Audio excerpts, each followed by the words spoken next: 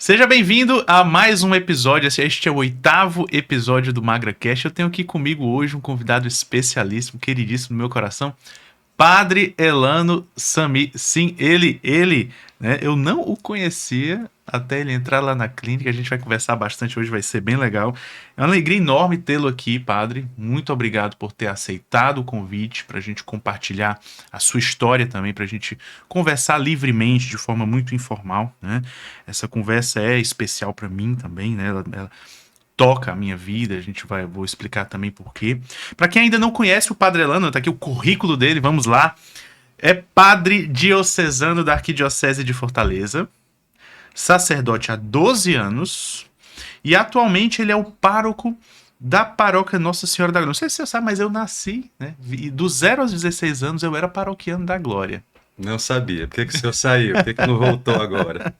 A gente volta de coração, né? É a terceira paróquia dele. Ele é graduado em filosofia, teologia e pedagogia, além de especialista em Bíblia e arte sacra. E também ouvi falar que o senhor canta muito bem.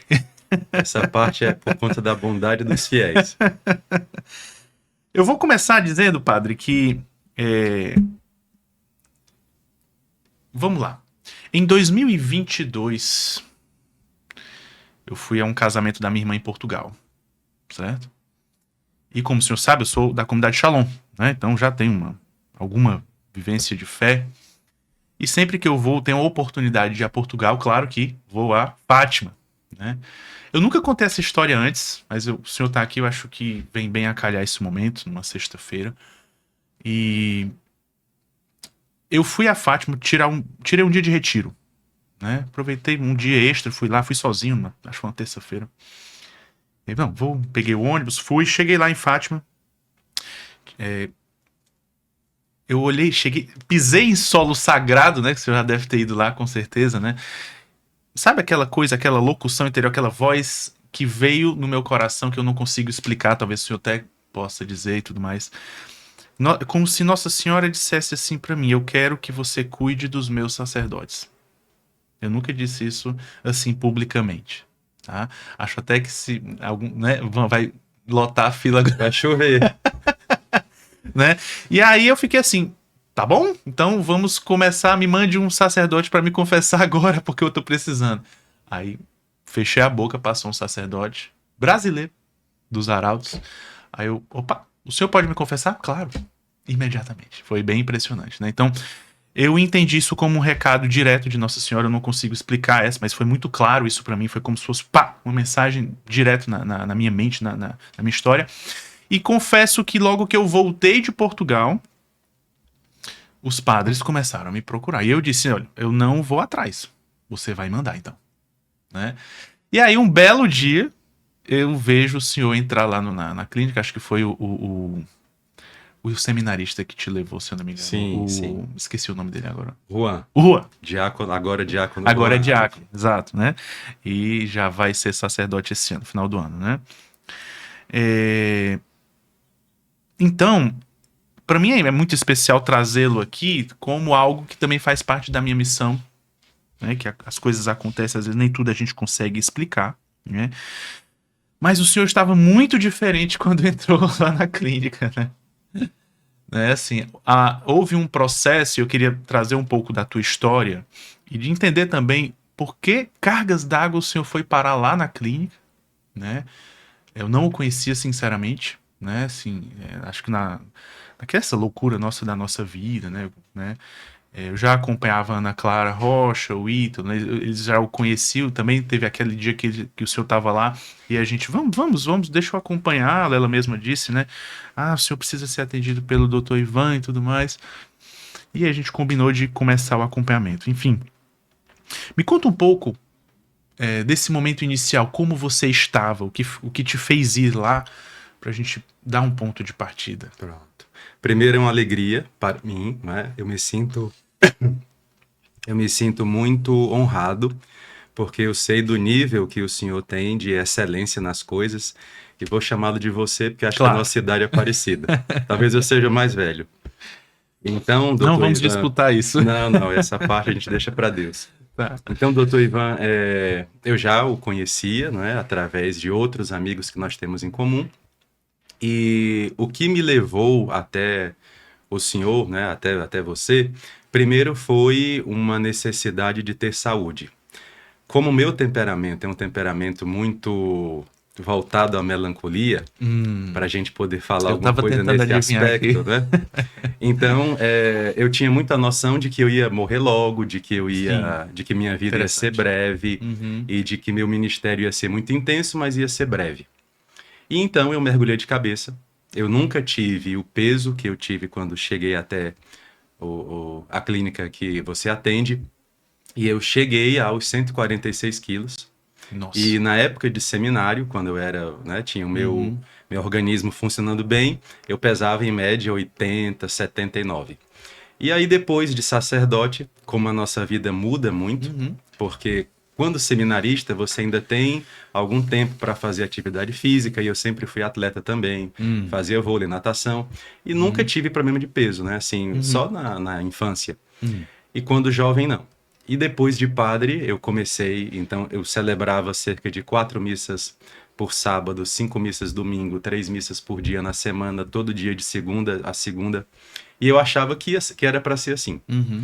E achava que meu organismo ia dar conta disso. E quando cheguei lá pelos 29 anos, 30 anos, porque me tornei padre cedo, com 25, né? Uhum. E quando cheguei aos 30 já estava com sobrepeso. E o peso só aumentando, aumentando, até chegar aos 146. E a gente não tem, nós mesmos que estamos obesos, nós não temos uma visão do próprio corpo. É uma distorção que acontece muito Interessante. estranha. Uhum. Inclusive hoje eu ainda não me vejo como uma pessoa magra. Uhum. Ainda me vejo como alguém gordo. Uhum. E eu tinha uma visão de que eu estava bem e que enquanto eu estivesse trabalhando, estava bem. Até que eu comecei a ter alguns episódios de doenças crônicas, né? Então eu Uhum. comecei a ter diabetes já consolidada, comecei a ter também dificuldade para dormir, tinha incontinência urinária e não Com conseguia quantos mais, anos? Com que já com idade? 31 para 32. Nossa Senhora. E aí tudo isso foi piorando, Uhum. piorando, piorando, e eu ali em silêncio, passando por tudo isso, achando que ia morrer cedo e ia morrer trabalhando na igreja. Uhum. E Nosso Senhor falou assim para mim: tenha calma, não é assim não. Ainda tem muita coisa na sua vida. E aí assumi a Paróquia da Glória em seguida, e quando eu estive na paróquia, continuei a ganhar peso, e aí cheguei nesse pico de 146. E ali eu comecei a perceber que tinha alguma coisa errada, porque eu não conseguia nem ser feliz comigo mesmo e nem ser feliz na missão que Deus me deu. Então eu perdi duas coisas de uma vez só, isso interiormente. Eu Uhum. perdi a visão que eu tinha de que eu era feliz servindo a igreja e também perdi a alegria comigo mesmo. E nesse processo eu comecei a procurar, né, os profissionais, Uhum. e foi quando o senhor apareceu. Então Uhum. eu já estava no endócrino, que é a doutora Karina Sodré, Uhum. e depois conheci o senhor, porque Uhum. ela mesma disse: procure um nutrólogo, Tá. porque acho que o seu caso não é mais apenas Uhum. de alimentação. Então tem que Sim. ser um tratamento mais global. Uhum. E conheci o senhor e começamos o tratamento, e aí já se vão 62 quilos, 63, se Deus quiser, em breve. Impressionante, impressionante. Eu vou dizer uma coisa, padre. É, o senhor ganhou quantos anos de vida também? Eu hoje estou muito mais tranquilo, a maneira de pensar muda, a maneira de você Era estar isso que eu ia te consigo perguntar. mesmo. O que mudou de fato, além do peso? Primeiro, você tem muito mais clareza, parece que a mente ganha um novo foco, você Uhum. tem muito mais clareza, tem muito mais objetividade nas coisas, você tem muito mais vontade de realizar, então eu estou muito mais renovado interiormente. Uhum. Tenho muito mais ânimo de fazer as Energia, coisas. disposição. Muito mais energia, muito mais disposição. E também muda muito porque você sente que a vida te dá mais coisas do que antes. Você sente que parece que a sua rotina, o seu cotidiano, né? Porque prefiro usar cotidiano do que rotina. Uhum. Uhum. Segundo os judeus, rotina é o cotidiano mal vivido. Então, no cotidiano, Essa eu tô aprendendo. Então, segundo os judeus, no cotidiano a gente se realiza. E eu estou muito mais tranquilo, minha vida é muito mais tranquila, eu tenho muito mais ânimo e tenho muito mais condição de fazer as coisas. Eu faço mais Perfeito. coisas que Ou antes. seja, a graça supõe a natureza. Sim. Existe um corpo que precisa ser cuidado. Não sei se o senhor se recorda um pouco da minha história também. Eu também passei um pouco por isso. Eu não cheguei aos 146 quilos. Quer chegar? Não, obrigado. Né? Não vamos, não. Eu cheguei aos 98, mas já muito inflamado e com diabetes aos 98. Na verdade, existe um conceito muito importante, aqui vale a pena ressaltar, que de fato cada pessoa tem uma capacidade, digamos assim, individual de engordar. Né? Isso é um termo chamado de limiar pessoal de gordura. Cada pessoa tem uma capacidade de armazenar gordura determinada geneticamente. Ou seja, existem dois tipos de gordura. Existe essa gordura que a gente tem debaixo da pele da barriga, que a gente consegue pincelar. E quando a gente ultrapassa a capacidade de preencher o subcutâneo, existe. Aí o corpo o que é que faz? Não. Ele continua comendo, eu preciso armazenar em algum lugar. É como se a gente tivesse, por exemplo, abastecendo um carro e sabe quando você completa o tanque, aí pá, depois no final dispara, só que Sim. você continua colocando gasolina para dentro. No corpo era como se você. No carro é como, olha, o tanque já instalou aqui, né? Não, coloque mais, não cabe mais. Então vamos colocar aqui no banco, vamos jogar gasolina no carro. Então, no nosso corpo é mais ou menos isso. Cada carro tem uma capacidade de tanque de combustível. Cada corpo tem uma capacidade de armazenar no subcutâneo. Isso não é necessariamente ruim, é uma determinação pessoal. Mas se você continua armazenando, o corpo ele vai utilizar aquilo tudo e vai começar a armazenar em lugares fora. Ou seja, na cavidade dentro da barriga, não mais debaixo da pele da barriga. Aí vai para o fígado, gerando aquela famosa gordura no fígado. Vai para o pâncreas, também faz gordura no pâncreas, né? Vai para entre os órgãos, vai para essa região, aí faz a apneia do sono, você não consegue, né? Você vai preenchendo também. A língua engorda, você tem queda de língua, faz a apneia do sono. Então, é a famosa gordura visceral, que já é de acordo com alguns cientistas, isso já é considerado diabetes, mesmo que você não tenha alteração da glicemia. A tua diabetes chegava até quanto? Lembra de você medir Eu isso? Chegou a usar cheguei. insulina, não? Não, insulina não, mas cheguei a ter picos de 290, era por aí. E já passei bem mal, Pronto, comecei a perder a visão. perfeito. Então, diabetes já bem estabelecido, né, com falência pancreática, inclusive. O pâncreas não estava dando conta da situação, até por substituição gordurosa, ou seja, em vez de ter células do pâncreas, tinha gordura. O corpo tinha que colocar em algum lugar. Né? E acompanho vários pacientes nessa situação e a sensação de início é realmente um drama que a gente vive, né? Então eu passei por isso e como eu sabia o que era o diabetes, quando eu me descobri diabético, isso foi quando nasceu meu primeiro filho, o Miguel, né? Foi tudo junto, foi um esgotamento físico, foi um burnout, depressão, obesidade, diabetes, tudo ao mesmo tempo. Eu estava no segundo ano de residência de clínica, né? Aí nasceu o Miguel. Né? E aí, você sabe, não tem rotina, menino acordando de madrugada, eu capotei. A Tamisa teve uma pré-eclâmpsia grave na gestação também. A gente comia muito mal nessa época, a gente não tinha essa noção que a gente tem hoje de Quantos vida anos saudável. você tinha, doutor? Eu tinha 28 anos. 2015 isso. Eu estava no segundo ano de residência. É uma coisa que eu sempre falo que isso me impressiona até hoje. A gente não aprende na faculdade de medicina a ter saúde. Não aprende. Né? A gente aprende o que são as doenças, como dar os diagnósticos, como prescrever os remédios. É como se fosse um curso técnico. Né? E você sai técnico em prescrição. Né? Tanto que se você for a um congresso convencional, eles te dão um crachá de prescritor, não de médico. Tá lá, prescritor. Não é médico. Né?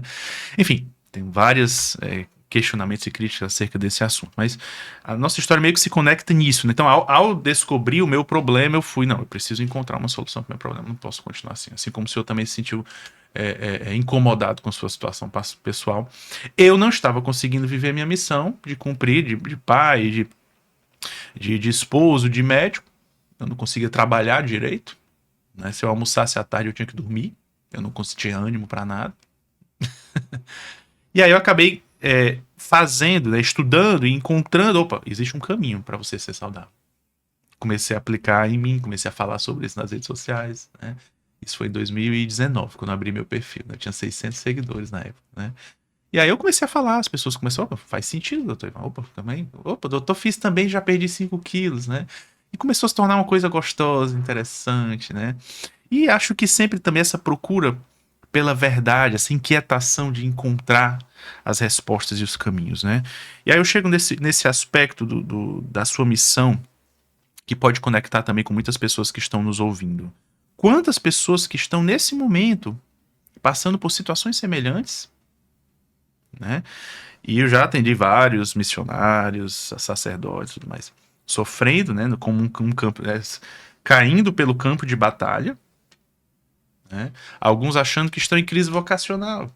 Me lembro de uma missionária que eu atendi, que depois que a gente descobriu que ela tinha o hipotireoidismo, ela me disse, doutor Ivan, eu vivi o tempo todo dentro da minha missão achando que eu tinha uma crise vocacional.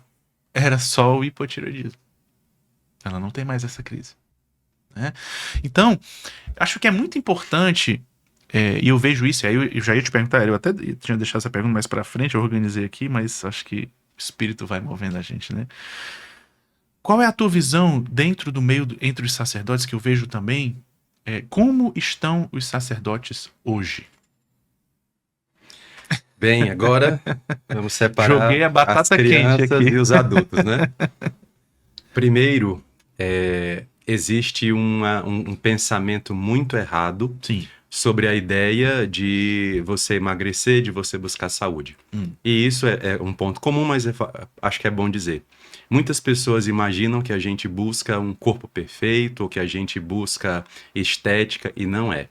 O que nós queremos é ter saúde, o que nós queremos é ter condição de viver a nossa vida, e eu não tinha. Então hoje eu posso dizer, por causa própria, que eu hoje posso dizer que sou eu mesmo. Sim. Então eu me apropriei da minha vida, me apropriei da minha história e comecei a caminhar como eu mesmo. E isso passou pelo processo de emagrecimento, de busca pela saúde. Então, quem é de igreja, quem é ligado à missão, quem é celibatário, quem é consagrado, não esqueça do que diz o salmista. Deus me deu um corpo para que eu fizesse a vontade dele. Aqui, tradução livre. Com o corpo. Exatamente. A nossa existência, ela tem 3 andares. A alma, a psique e o corpo. Eu não posso negligenciar nenhum dos 3. E eu vejo muitos irmãos sacerdotes adoecidos, porque nós padres, e aqui, doutor Ivan, é uma realidade muito simples, mas os padres, nós padres, somos um retrato da nossa sociedade. Sim. Sofrendo, né? Sofrem os problemas do tempo, né? As mesmas coisas que todas as pessoas passam, as mesmas crises, nós também passamos. E uma dessas crises é uma crise que se dá em corpo disfuncional. Sim. Nós temos muitos irmãos padres, e eu era um deles, que tinham um corpo disfuncional. E um corpo disfuncional me impede de ser aquilo que Deus quer que eu seja. Na linguagem de Santa Teresinha. Então, eu preciso buscar isso. Preciso encontrar. E esse adoecimento é também intelectual e espiritual. Nós chegamos a uma crise tão grande hoje no mundo que nós temos experiências, por exemplo, de religiosos que acreditam em tarô, mas não acreditam no dogma da Trindade. Então, é uma crise que passa pelo corpo, pela psique, pelo intelecto e chega até a alma das pessoas. Então, para ficar bem claro, o senhor fez cirurgia bariátrica? Eu não fiz cirurgia bariátrica. As pessoas perguntam e dizem assim, chega até falam assim, eu também sou operado. Não, mas eu não operei nada, não. Eu fiquei chateado porque eu escutei uma pessoa, uma paciente, né? Tem vindo muitos pacientes por causa do seu histórico, né? Então eles chegam para mim no consultório, eu quero o resultado do Padre Elano. Então vamos fazer o que o Padre Elano fez, né? Então, morrer e ressuscitar. Exatamente. Então, teve uma paciente que chegou pra mim dizendo, doutor Ivan, eu fiquei... Ela ficou chateada também. Eu fiquei chateada porque eu escutei alguém dizendo, o Padre Elano emagreceu muito depois da bariátrica. Ou seja, tá uma boataria aí de que o senhor fez cirurgia bariátrica e a gente fica, né? Não, tudo bem, as pessoas pensam o que elas quiserem, né? Então está bem claro, né? A gente vai recortar essa frase aí. Não fiz cirurgia bariátrica. Foi todo um processo de reeducação, medicação, suplementação, né? Se o senhor quiser falar alguma coisa de como foi esse processo também para as pessoas compreenderem. Por quê? Porque eu fico. É impressionante. É exatamente isso. As pessoas não acreditam que é possível emagrecer. Olha aí. Cuidando do corpo. Com algumas medidas, alguns remédios, né? Suplementação, corrigindo as tuas deficiências. Sim, sim. Não fiz cirurgia, não tenho problema também se fosse necessário, se fosse prescrito, mas eu não fiz. Só não foi o caminho. Não foi o caminho que eu tomei por duas razões. Primeiro, eu não tinha tempo para fazer essa recuperação, porque é uma paróquia muito dinâmica, uma paróquia que exige de nós 24 horas, então eu não poderia me ausentar da paróquia para ficar me tratando. E eu sei que também exige um pós-operatório, exige um tempo muito grande para a bariátrica. Eu fiz o processo mesmo com a suplementação e também com a endócrino. Então, foi um trabalho feito com o Dr. Ivan e doutora Karina. E esse processo, né, que a gente fez foi todo realizado através da suplementação. Então, eu tomo até hoje as cápsulas, os suplementos, e também através de uma dieta que foi o senhor que começou a me indicar, que é essa dieta onde você vai cortando todo tipo de excesso na alimentação. Minha alimentação mudou ao ponto de eu ter uma outra relação com a comida. Opa! Eu não vejo Isso mais, é interessante. eu não vejo mais a comida como uma fonte de prazer. Pronto. Existe o prazer de se alimentar, mas eu não tenho mais aquele excesso. Então, Sim. a maneira como eu vejo a alimentação, a maneira como eu vejo a minha vida é outra. Ou seja, não tem como você desunir a função prazerosa da nutritiva. Né? A gente adoece, e isso vale para os prazeres em geral. Né? Você vê a questão do sexo também. Quando você tenta desunir a função procriativa da função do prazer do sexo, né, que existe acoplada, começam a surgir as patologias psíquicas, bioquímicas, enfim. Na alimentação é do mesmo jeito. Né? E posso até te perguntar, me parece que Deus colocou o prazer para que o homem não deixe de fazer aquilo que é essencial. Né? Isso está lá no Tanqueray, pelo menos. Né? É legítimo, né? É verdadeiro. Então, assim, existe um prazer lícito na alimentação. O problema é quando você somente busca o prazer desacoplado da função nutritiva. Então, começam a surgir os excessos. Né? E aí a gente entra numa questão mesmo da virtude. Né? Então, às vezes eu brinco dizendo, né, para alguns irmãos que querem, inclusive, semana que vem eu vou estar em reciclagem, passar 10 dias com os irmãos e tudo mais. Eles sempre ficam me perguntando algumas coisas bem engraçadas. Então, nós queremos ir para o céu, mas não mexa no meu prato. Nós queremos ir para o céu, mas não mexa nos meus vícios.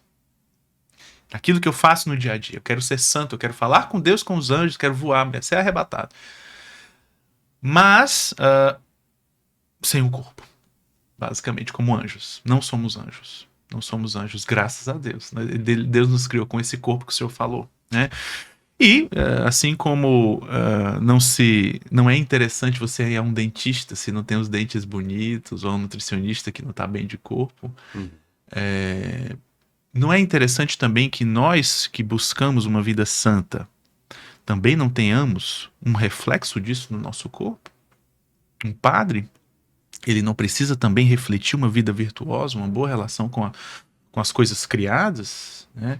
A comida, né? A relação com os seus paroquianos, né? Sim, doutor, e eu digo uma coisa assim muito interessante que o senhor me fez refletir agora, né, e recordar. Existe uma ideia, né, de virtude como sempre algo heróico, talvez pela nossa formação grega. Então a gente sempre acha que a virtude é algo de um semideus ou de um deus. E humanamente nós podemos atingir essas virtudes, e virtude é uma linguagem também da filosofia, você pode encontrar isso em Aristóteles, em Platão. Virtus. Sim, e o que seria isso alinhado àquilo que nós estamos falando aqui juntos, né? Muitas pessoas, e eu falo por mim também, têm uma noção de que o prazer da alimentação está no excesso. Então, quanto mais comida, E eu vivi assim. Quanto mais eu me alimento, quanto mais passa aquele sabor pela minha língua, ali tá tudo certo. E eu comecei a pensar, e por isso também é importante ter uma conversa como essa, que todas as mudanças, elas começam a partir das mudanças interiores. Eu comecei a estudar bastante judaísmo, já tem uns 10 anos, e eu comecei a ver uma das coisas que eles falam sobre o jejum. Eles dizem que o jejum tem 3 funções. Primeiro, o jejum é uma maneira de combater. Se eu não posso empunhar a arma, se eu não posso ir para a frente da batalha, eu combato a partir do jejum. Segundo, o jejum também é um caminho de purificação, porque os judeus, e aqui eu compartilho, dizem que há alimentos que alimentam e há alimentos que adoecem. Interessante. Alimentos que adoecem, eu devo fazer abstinência. Por isso que eles têm a comida kosher ou kasher, que é uma alimentação onde os alimentos não me impedem de falar com Deus. Interessante. Segundo eles, tem alimentos que são tão impuros, porque alguns animais são onívoros, né? Então eles comem até carcaça da própria espécie. E aí você precisa se abster dessa alimentação, porque essa alimentação pode te impedir na tua vida espiritual. Essa é a visão deles. Mas a partir disso, eu comecei a perceber que é verdade. Então, eu comecei a selecionar o que eu vou comer. Já que eu não vou comer muito, porque não precisa comer muito, Perfeito. eu vou então escolher aquilo que eu quero comer para ter o prazer da nutrição, mas sem esquecer que o alimento tem uma relação comigo. E a terceira função do jejum, o jejum também é uma forma de oração. É uma forma de autodomínio e oração. Então eu tenho controle sobre mim ao ponto de escolher quais refeições eu quero fazer e como eu vou me alimentar nessas refeições. Autodomínio. Autodomínio. Que é também uma virtude. Tá todo mundo querendo saber o que é que o padre come. Porque estão dizendo por aí também que o padre não está comendo. Aí, doutor Ivan, é difícil, porque quando eu estava gordo, todo mundo dizia, não, você tem que perder peso. Eu entendo. Você tem que ficar aqui com a gente. Aí agora, o que Estão que eu escuto? preocupados que o senhor está magro demais. Você já passou do limite, o padre tá bom, você tá agora no exagero, você deve estar doente também. E, na verdade, eu não estou muito bem mesmo.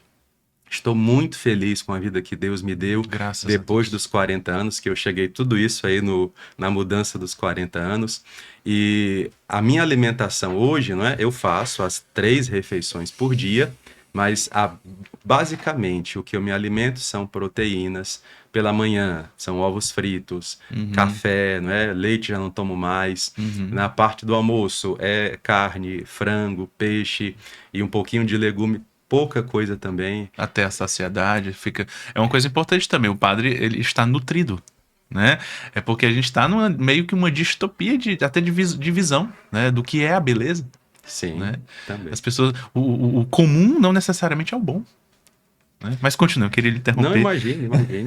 E o grande ponto que acho que muita gente talvez tenha o mesmo problema são os picos de trabalho, né? Eu trabalho pela manhã, tarde, noite e um pouquinho da madrugada. Então, à tarde e à noite é a hora em que eu mais preciso estar nutrido. Sim. E antes, o que é que eu fazia? Eu saía de casa, comia. Chegava na igreja, não comia nada. Comia o que tinha, né? Pão, geralmente, 2 pães. Atenção paroquianos do Carmo, ou do Carmo. Atenção paroquianos da Glória, né? Ajudem o Padre Elano, tá?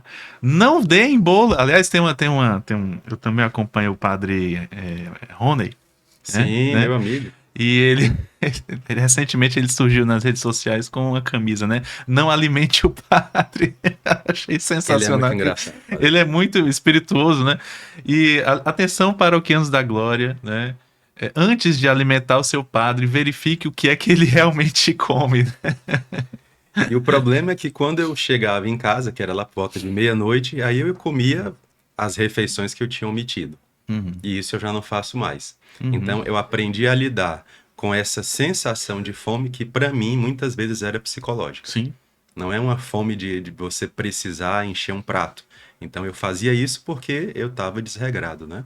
E também é muito bom a gente conversar, doutor, sobre esse aspecto, não é, das ideias, né, da noção que você tem. É muito bom que a gente também saiba que a alimentação deve ser encarada como algo sagrado. Perfeito. Nós ocidentais dividimos muito, a gente acha que a alimentação é um apêndice da vida. Não. Para o judaísmo, e vou repetir, né, os rabinos dizem que quando você se senta à mesa, Deus se senta com você. Então, na sua casa você tem dois altares. O altar, que é a cama do casal, que essa Deus não fez para mim, Deus fez para o doutor, não fez para mim. E temos o altar, que é a mesa de refeição. Perfeito. E eu preciso encarar as duas coisas, tanto a vida afetiva quanto a vida da nutrição, como algo sagrado. E eu comecei a ver isso e agradecer a Deus, porque Ele me alimenta com menos, Ele me alimenta com aquilo que Ele me dá, tanto espiritualmente como fisicamente, e de fato a nossa vida muda. Então é um clique, é uma virada de chave. Ou seja, a sensação que fica é de que o Padre Elano vai permanecer magro. Eu espero que sim, porque não quero voltar, não. Eu acho que não volto por uma razão. Eu perguntei a idade que você tem, porque eu tenho muito essa noção de que nossa vida ela é formada de ciclos.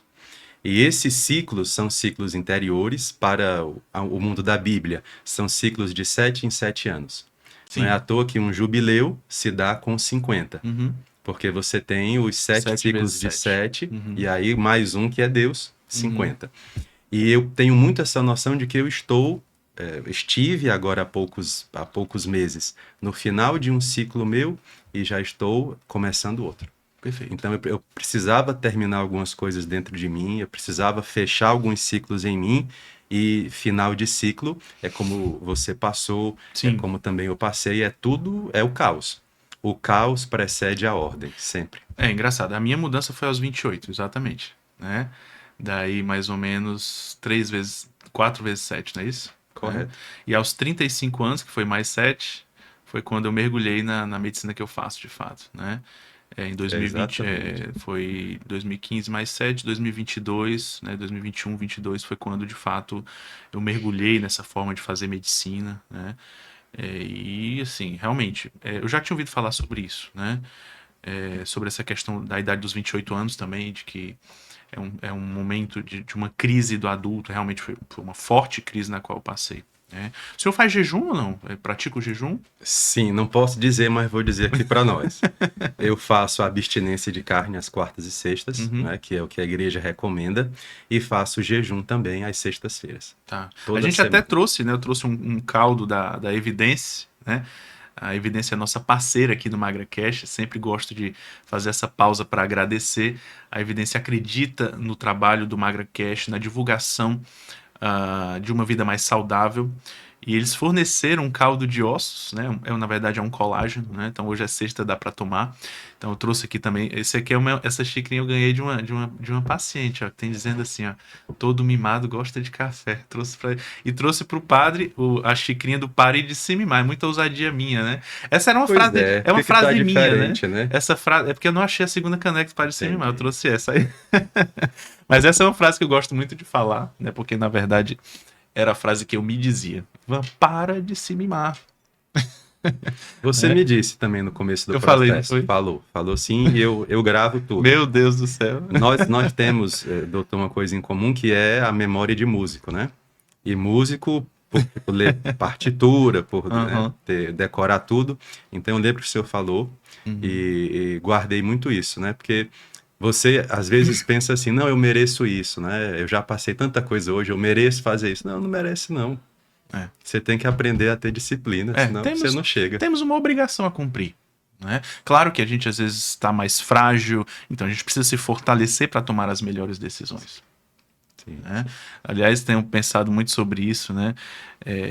Tenho estudado muito sobre essa questão do fortalecimento do psicológico, porque o que mina um processo de emagrecimento, ou qualquer processo de qualquer empreendimento que você faça na sua vida, de fato, é quando você tem um psicológico fraco ou quando você está sem um sentido. Eu ia te perguntar, padre, que eu até anotei aqui para a gente não esquecer. Exatamente, vamos entrar um pouco nessa questão da tua força interior. Quero te conhecer um pouco também através desse podcast. Eu acho que isso vai ajudar muitas pessoas também. Você tem mentores? Eu vou agora parecer um pouco arrogante, E, mas e quando eu digo mentores, eles não precisam estar vivos. exatamente o que eu ia Tá? dizer. Mentores, até porque os mentores eles deixam livros, deixam aulas, né? Eu Sim, também tenho mentores que não estão vivos, né? sim. Então eu queria te conhecer um pouco mais para saber da tua vida interior. Qual é, de onde está a tua força? Primeiro, eu tenho uma formação familiar muito sólida. Minha família não é perfeita. Acho que nenhuma foi, só a Sagrada Família ainda teve seus problemas, né? Era Sim. fugindo, era carregando Nosso Senhor para todo canto. Mas primeiro minha família, e eu vim descobrir isso tarde, não é? Meu pai já é falecido, minha mãe é viva e graças a Deus me acompanha, mas primeiro é a minha base familiar, porque eu tenho total noção de que assim como eu carrego cromossomos da minha família, também carrego as gerações da minha família. Uhum. E essa ideia que a gente tem, que é a ideia russoniana e a ideia de John Locke, de que nós somos uma página em branco, né, que eu vou fazer o que eu quero da minha vida, Livre-arbítrio. é uma Não ideia um existe isso. pouco estranha para a Bíblia. E eu compreendo que eu sou uma continuação da minha família e sou muito feliz. Pareço com eles por dentro e por fora, para o bem e para o mal. Os meus mentores não estão vivos, mas estão na eternidade, tenho certeza.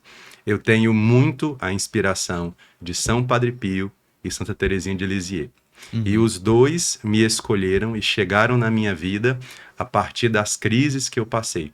Uhum. Santa Teresinha, nesse processo que eu estava de adoecimento, e São Padre Pio me acompanha desde o começo da minha caminhada, porque ele me deu esses dons que ele tem, ele partilha comigo desses dons e eu não sabia. Depois que eu fui estudar São Padre Pio, que eu entendi que existe uma similaridade aí, existe um paralelo entre as coisas que ele viveu e algumas poucas que eu vivo. Uhum. Uma delas, por exemplo, é as palavras de ciência que Sim. vêm ao meu coração Uhum. e as pessoas procuram às vezes e vêm e são tão nítidas, né? Uhum. Que eu mesmo não consegui entender. E Uhum. eu venho de uma formação racionalista, né? Sim. Eu, quando filósofo e também na época das ciências sociais, ia muito pelo caminho de Descartes, pelo caminho dos idealistas alemães. Então eu passei um tempo meio que apagado dessa caminhada de fé, Uhum. desse veio que a fé me dá. Uhum. E depois de sacerdote, que aí eu pude me tornar um pouquinho mais autodidata, eu comecei a ler as coisas que eu gostaria de ler.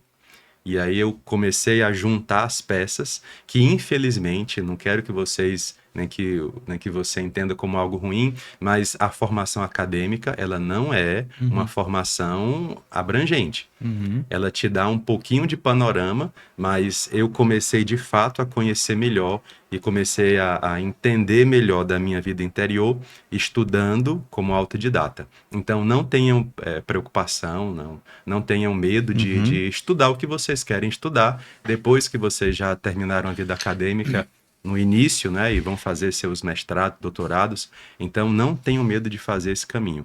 E minha base de estudos hoje, né? Que minha vida espiritual está muito ligada aos estudos. Eu tenho uma noção clara pelos doutores da igreja que nós temos 4 caminhos de santificação e sim, eu Uhum. quero ser santo. Vou chegar na última hora, mas vou chegar. Primeiro, vida de oração. Segundo, boas obras. Terceiro, conhecimento das coisas de Deus. E o quarto, cruzes e sofrimentos. Vida Uhum. de oração, de graça.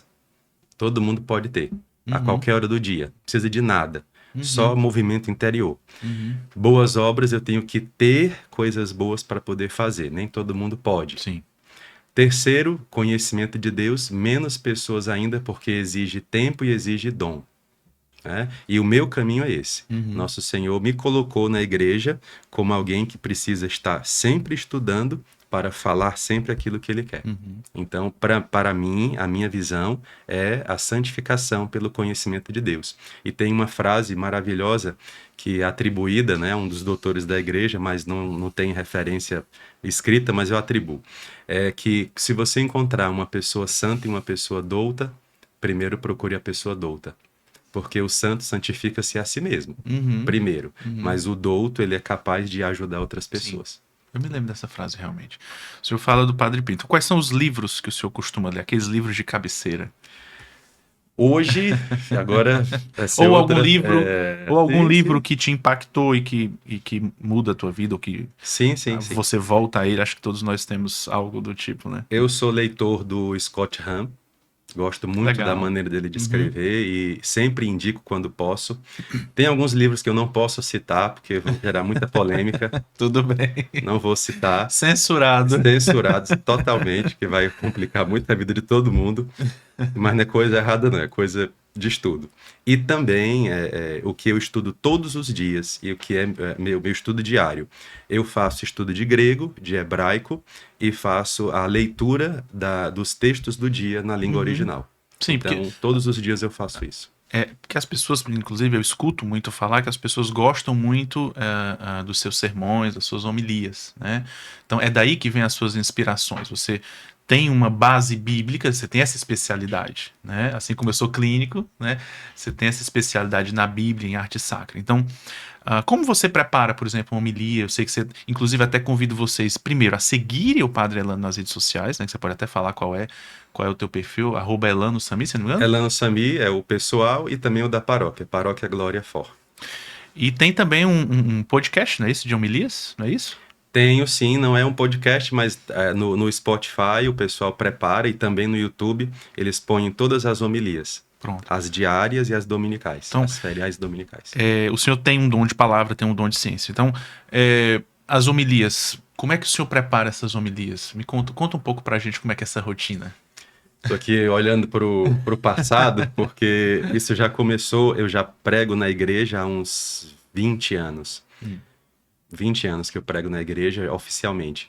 Comecei na Renovação Carismática como pregador e depois tive a chance de fazer 2 cursos que são maravilhosos e eu recomendo a todos, oratória e retórica. Fiz quando eu tinha 17 anos de vida. E esse aporte que eu tenho, né, me ajudou muito a ter uma visão melhor sobre como pregar. Então, minhas fontes hoje, e como eu preparo minha reflexão, sempre eu olho o texto, né? Tem que ler o texto. Você não pode pincelar, tem que ler o texto. Mesmo que eu já tenha lido 3, 4 vezes, como padre, tenho 12 anos de padre, já li toda a liturgia 4 vezes, né? E vou continuar lendo. Depois eu vou para as Bíblias que eu tenho em português, para saber quais são as referências dos estudiosos. E aí a gente tem Bíblia de Jerusalém, Peregrino, Tebe, que são as comuns. E aí depois a gente começa a subir os degraus. Aí vamos para o texto em grego, quando é evangelho. E se tem algum do Antigo Testamento, vamos para o hebraico, aramaico e grego. Aí a gente pega todos esses textos, todo esse apanhado e vê as diferenças. E é o caminho da exegese. Depois que eu vejo tudo isso, eu vou tirar o sentido teológico. E isso é a parte mais difícil. Porque a parte do estudo você consegue fazer com dicionário. Mas o sentido teológico, esse você tem que ter uma ciência que pouca gente vai hoje, que é a etimologia, uma delas, e a outra, a arqueologia bíblica. Então, por exemplo, ontem, no evangelho que nós lemos, Jesus vai a Cesareia de Filipe. Certo, e aí? É porque Cesareia de Filipe era onde tinha uma das fontes do Rio Jordão. Então, Jesus quer que a gente vá à fonte. Porque na nascente das águas, a água é mais pura. Então, e não à toa, as nascentes ficam no alto. Então, quem quer água pura? E a água, na palavra de Deus, representa o ensino. Então, quem quer água pura tem que subir e tem que ir à nascente. E também é a nascente de que rio? Rio Jordão. Porque Jordão quer dizer em hebraico descida. Então, todo evangelizador precisa subir, beber água da fonte e depois descer. Água do batismo também. Água do batismo, numa linguagem de São João Crisóstomo. Então, você está sempre fazendo esse diálogo. E isso me encanta muito, doutor. Eu gosto muito dessa dinâmica. Tudo aquilo que eu já aprendi dialoga internamente, né, em mim, e aquilo que eu vou aprendendo também eu trago. Por isso que o Nosso Senhor fala com razão, o homem que é sábio está sempre tirando coisas novas e velhas do seu tesouro. Sim, maravilha. Tem, então, seus santos de devoção. Padre Pio já falou, São Santa Padre Pio, Terezinha. Santa Terezinha de Tem mais Lisieux. algum que seja... Ou são esses dois mesmo? São os dois que eu me apego, são os dois que querem me salvar, são os A dois culpa que é me dão, deles. caramba, eles mais me exortam, viu? Olha, Santa Terezinha me exorta demais. eu vou lhe dizer uma coisa. Eu tenho São Padre Pio é mais tranquilo, viu? Padre Mas Santa Pio. Terezinha ele exorta. É. Eu tenho também uma história pessoal com o Padre Pio. Eu acho que me sinto um filho espiritual dele também. E você falou aí, eu fui, né, pensando algumas conexões aqui também, né? Primeiro que eu pedi a minha esposa em casamento lá em San Giovanni Rotondo. Você pôs uma carta lá quando você esteve lá? A gente foi né, assim, eu a pedi em casamento lá. Quando a gente chegou lá, né, para visitar, enfim, a casa dele, tudo lá, né? Teve uma senhora que chegou para mim, para minha esposa, na época era apenas namorada, né? E ela disse assim: Olha, o Padre Pio me mandou dizer a vocês que vocês precisam voltar aqui um dia com todos os filhos de vocês. Tem muito isso lá. Tem Tá muito bom, isso. tá bom, assim, nós somos namorados ainda, mas tudo bem, né? Aí, mas isso foi antes de pedir em casamento, eu ia pedi-la em seguida, entendeu? Ou seja, para mim foi uma confirmação do nosso matrimônio vindo, né, dessa locução do próprio Padre Pio. E aí eu fiquei muito emocionado na hora, ela não captou todo o sentido, porque ela não sabia que ia ser pedido em casamento logo em seguida, né? Aí a gente saiu da visitação, aí antes de voltar, meu amor, vamos ali, né? Aí a gente subiu para onde tem uma imagem de Nossa Senhora de Fátima. De novo, Nossa Senhora de Fátima. Tem uma subida, uma escadaria bem longa do lado da igreja antiga. E lá eu pedi em casamento, os prantos, claro, né? Foi muito emocionante, né? E em seguida, depois do sim, né? A gente foi, vamos até. Existe uma história do Padre Pio com a medicina. Claro, evidente, Tem um porque. hospital ao lado Exato, lá. exato. Então a gente foi, passamos lá no hospital, alívio do sofrimento. Né? E eu me lembro que na história do Padre Pio, ele foi muito claro: por aqui passarão os melhores médicos do mundo. Eu disse: meu amor, eu preciso pisar neste hospital, eu preciso ser um desses melhores médicos. Eu preciso ser. Então, havia esse impulso do meu coração de pisar lá dentro. Eu cheguei, pisei lá dentro, né, e disse: Padre Pio, me ajuda a ser um desses melhores médicos do mundo. Né? E uma das coisas que me motiva hoje como médico, de fato, muitas vezes em crise, a gente tem, todos nós temos as nossas crises, né, que nos ajudam a amadurecer. E às vezes eu ficava pensando: meu Deus, esse meu trabalho, como você falou, né, às vezes pode ser levado como algo fútil, como algo apenas estético, externo, exterior. Não é isso que eu quero. Né? E eu ficava pensando assim: até que ponto eu posso dizer para as pessoas serem saudáveis e há um conflito entre buscar a saúde, mas ao mesmo tempo aceitar os sofrimentos da vida. E veio também uma frase de um santo que para mim se tornou talvez a frase da minha missão. Né? É preciso aliviar o máximo de sofrimento ao seu redor possível. Uma obra de misericórdia. Né? Então essa frase para mim ela é como um guia. Né? Existe um sofrimento, nós vemos as pessoas sofrendo o tempo todo, né? Até brinco dizendo que tem sempre um papelzinho para as pessoas chorarem no consultório. Todo dia tem alguém chorando no consultório, sofrendo, né? E Deus nos constitui, eu como médico, você como sacerdote, cada um na sua missão pessoal, particular, aliviar o sofrimento das pessoas. Né? Então há essa conexão com o Padre Pio, você falou, eu fiquei assim: opa, não é em vão que estamos aqui. Né? Dois filhos espirituais de Padre Pio, né? Buscando aliviar o sofrimento das pessoas, cada um a seu modo. Claro que no meu caso, o fato de eu ganhar dinheiro com isso, né? Isso confunde às vezes a cabeça das pessoas, eu entendo. Né? Mas claro que acima da busca pelo dinheiro, pelo ganho que é lícito, existe uma missão, né, por cima disso, né, uma missão sem a qual nada disso faria sentido, né, de fato de tocar nas pessoas e ajudá-las a sair do buraco na qual elas se meteram. Né. Você tem alguma frase que te motiva? Os papas têm, né? Os bispos também têm. Acho que quando o padre vai se ordenar, tem uma frase que ele escolhe também. Lema sacerdotal. O lema sacerdotal. Qual é o seu lema sacerdotal? Eu escolhi um dos salmos que diz o seguinte: que poderei retribuir ao Senhor Deus por tudo aquilo que ele fez em meu favor. Então é uma frase grande, mas esse é o lema que eu escolhi para o meu sacerdócio.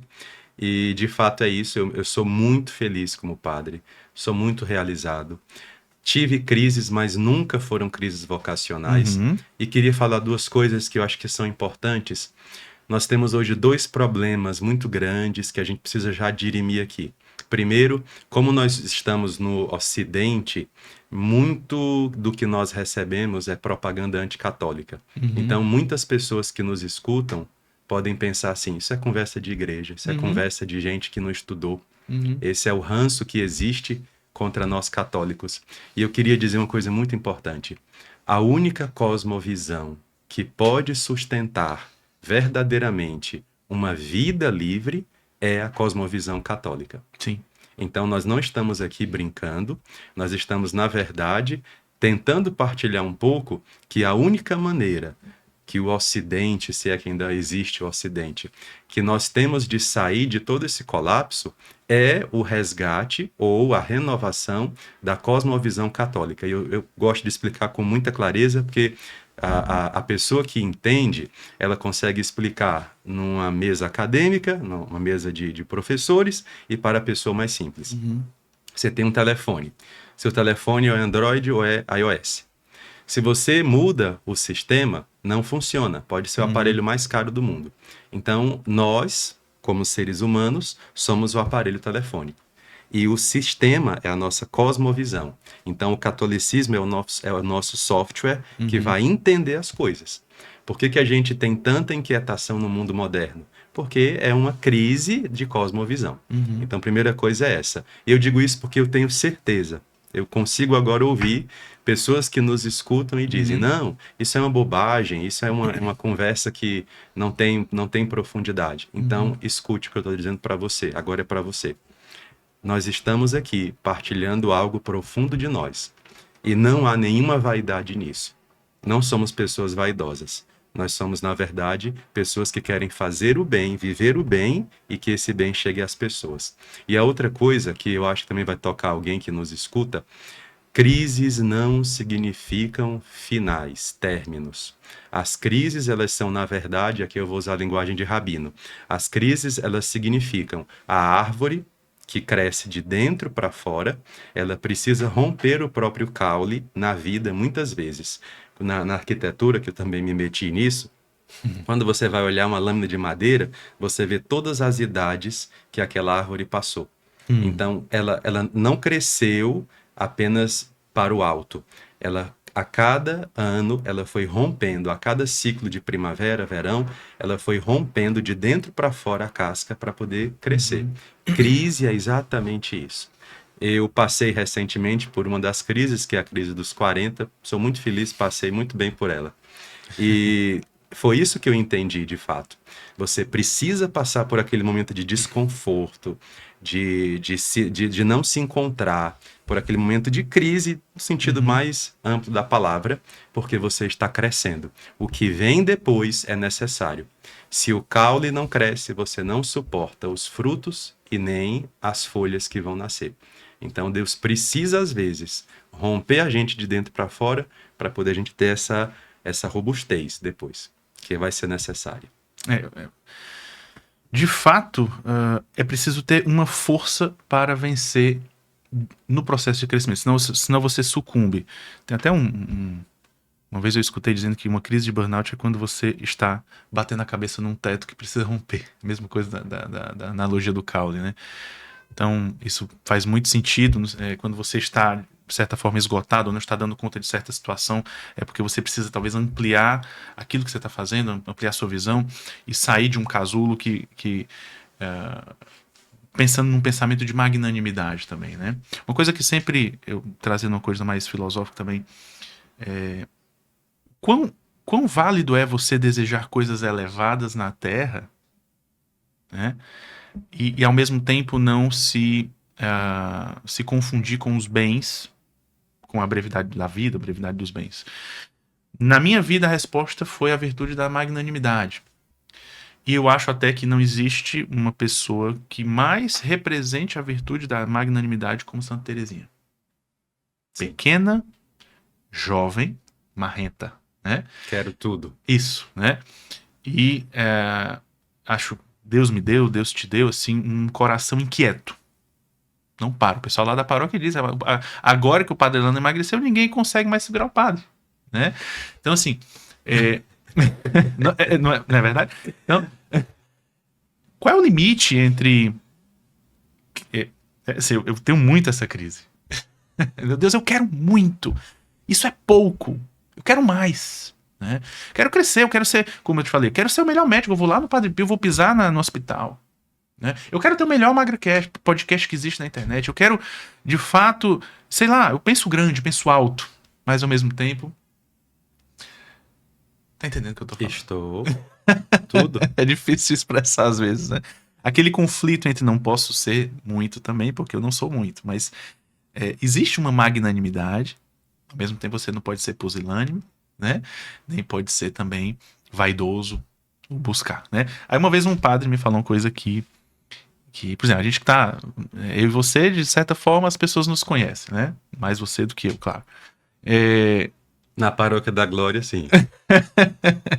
Né? Então, assim, a questão aí meu diretor espiritual uma vez me disse assim, olha, não existe uma passagem na Bíblia que também move as pessoas famosas, né? Que é quando diz assim, né? Depois, no final de um dos evangelhos, diz: a fama de Jesus se espalhou por todos os lugares. Né?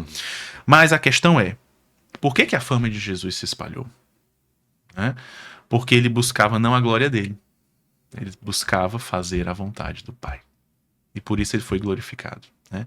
A isso encontrei uma resposta. Deus dá a cada um de nós, e é isso que nos torna humanos, e é isso que muitas vezes essa é a minha mensagem maior do que simplesmente por que parar de se mimar? Por que emagrecer? Não é simplesmente para ter um corpo bonito. Deus te fez para coisas altas. E você está escravo ainda da comida. Escravo ainda dos teus vícios. Né? E quantas pessoas estão aí nesse buraco perdendo a grandeza que pode ser a sua vida depois que você se reconcilia com as coisas criadas, com os prazeres do mundo, nesse nível baixo aqui, que as pessoas estão quase no nível dos vegetais, nem dos animais. Né? As camadas de Santo Tomás que ele bota, né? Então, Deus nos dá grandes aspirações. Não para simplesmente o Dr. Ivan ser famoso, ter 1 milhão de seguidores. Não é isso. Né? Mas talvez passe por isso também. Né? Para que as pessoas de fato possam ser libertas das condições. Joga a bola para ti um pouco, para tu me ajudar também a ver um pouco disso na nossa missão, minha missão, na tua missão, sobre essa questão da magnanimidade em meio aos bens da terra. Primeiro é importante que a gente tenha a noção da nossa vocação.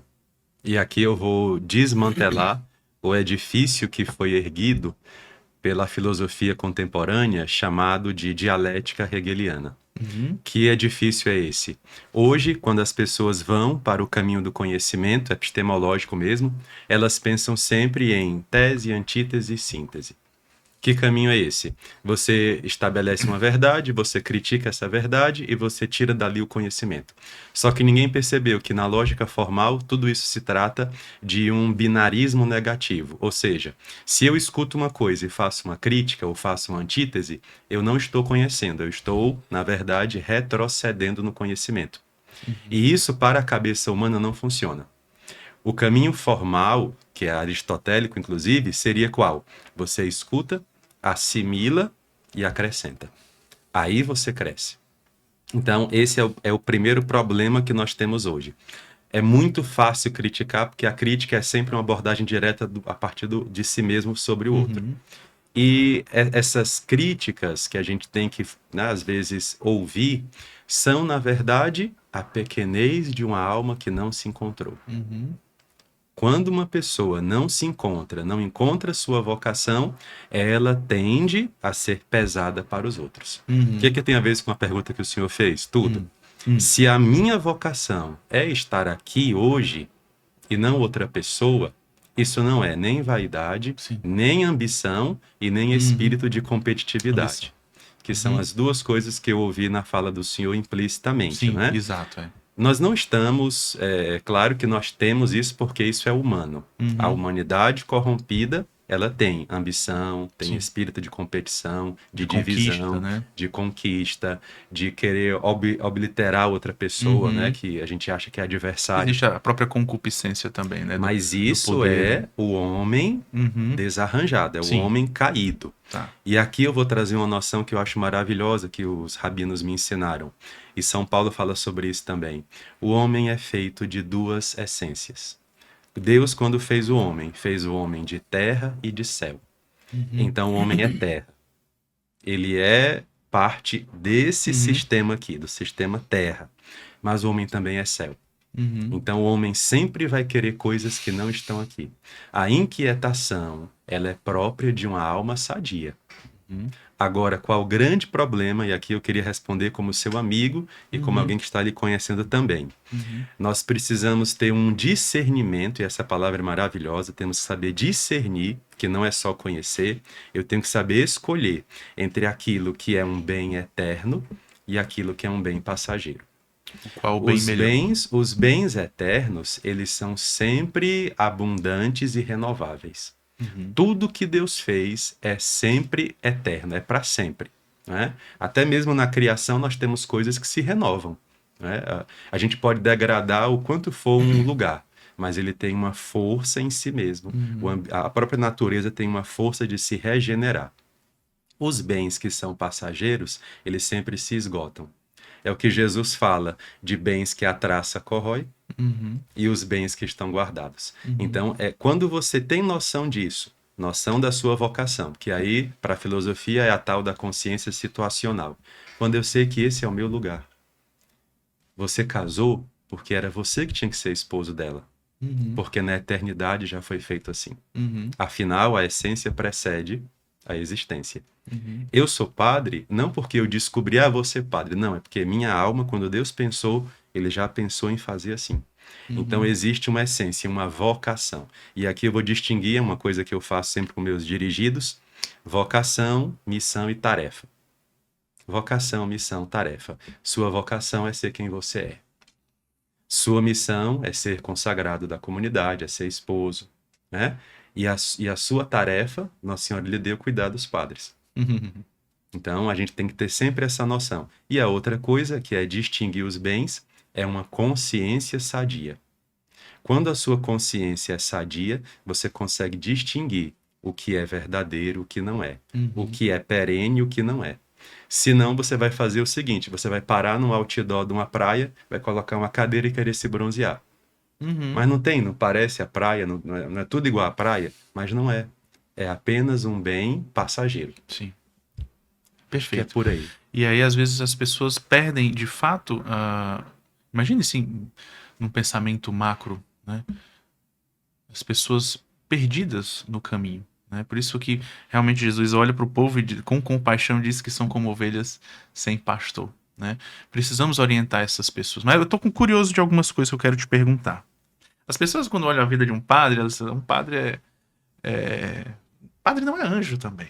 Passa né? o dia rezando, Quero saber como é a passa tua o dia rotina. ouvindo música Exatamente. gregoriana. Quero saber como é que o senhor vive a sua rotina, né? Então, conta pra gente aí, se o senhor puder abrir, né? Claro, o que puder abrir, como é um dia normal de um padre, ou é anormal? Não, o nosso dia ele é um dia bom, não vou assustar ninguém não, ainda mais quem quer ser padre. Podem ser padre. É um dia que a gente começa cedo, porque nós temos as orações matutinas que a gente tem que fazer por toda a igreja, chamada de laudes. Essas orações a gente faz ali no silêncio do nosso quarto mesmo. E na minha casa eu tenho uma graça que eu vou lhe fazer agora, inveja. Aham. Eu tenho na minha casa o sacrário com o Santíssimo Nossa Senhora. Sacramento. Aí é realmente Então, imbatível, aí não tem a como ganhar. gente reza diante dele. Depois, A senhora acorda mais ou menos até isso que eu tô isso perguntando. aí é por volta das 7 horas, 6h30. Tá. Antes era mais cedo, Uhum. mas com a minha rotina agora eu não consigo. Então, Tá. 6h30, 7 horas Mas a aí, gente já é um começa. pilar que tá ajustando também o sono, né? Ainda. É o último que falta.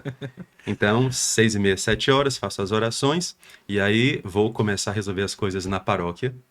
Assinatura de documentos, administração, atendimento de pessoas. Como a nossa paróquia é uma paróquia que funciona de fato 24 horas, A gente tem funcionário que sai de lá 1 da manhã, por exemplo, e gente que também sai de lá 1 da manhã. Então tem que ter uma manutenção constante. E um dos ofícios do pároco, né, para quem não conhece, existem padres que são vigários, existem padres que são administradores e padres que são párocos. O pároco é aquele que cuida da paróquia em todos os aspectos, né, administrativo, espiritual. E a gente faz isso pela manhã. Depois, geralmente é nessa hora que a gente marca visita a enfermos, bênção de casas também, batismos, enfim, sacramentos. Depois, na parte da tarde, aí tem o almoço, né? Café da manhã, almoço. Depois, na parte da tarde, tem mais atendimento. Geralmente, também a gente vai para o escritório paroquial. Ou tem outros compromissos que a gente marca, às vezes, pelos nossos ofícios paralelos, né? Eu também acompanho reformas de igreja, acompanho trabalhos de arquitetura. E depois, a partir das 3 horas, é na igreja. E lá na igreja, de 15 horas, a gente fica até as 22, 23. Tem uma academia também, eu ouvi falar, né? Aí depois, que não acabou ainda. Aí depois, 23 horas, meia-noite, quando eu tô saindo da igreja, aí quem tá lá sabe que é verdade. Aí a gente volta para casa, come ali uma barrinha de cereal, alguma coisa, pouca coisa para não engordar mais. E aí vamos para academia, que é também 24 horas. Aí lá a gente fica 2 horas ali. E depois Bem volta para intenso. casa 2 da Vocês estão manhã. vendo como foi uma conquista tê-lo trazido aqui hoje, né? Não, mas tá tudo certo. E aí volto para casa 2 horas. E aí é só tomar banho, dormir e começar de novo. Uma outra pergunta que eu queria fazer, como é a tua oração? Assim, o que é que tu pode abrir pra gente, assim? Como é que o Padre Elano reza? Nosso Senhor me ensinou primeiro a não rezar deitado nem sentado. Certo. Então, quando eu preciso Em pé? rezar seriamente, ou em pé, ou então de joelhos. Tá. Porque a postura corporal também nos ensina sobre a nossa condição de É adorador uma diante de modificação Deus. também. Também. Mas quem reza sentado também pode. Deitado não É a faça. sua forma. Né? Deitado não Você faça. já me falou uma vez que cada pessoa tem a sua forma, Tem. seu formato de oração. Né?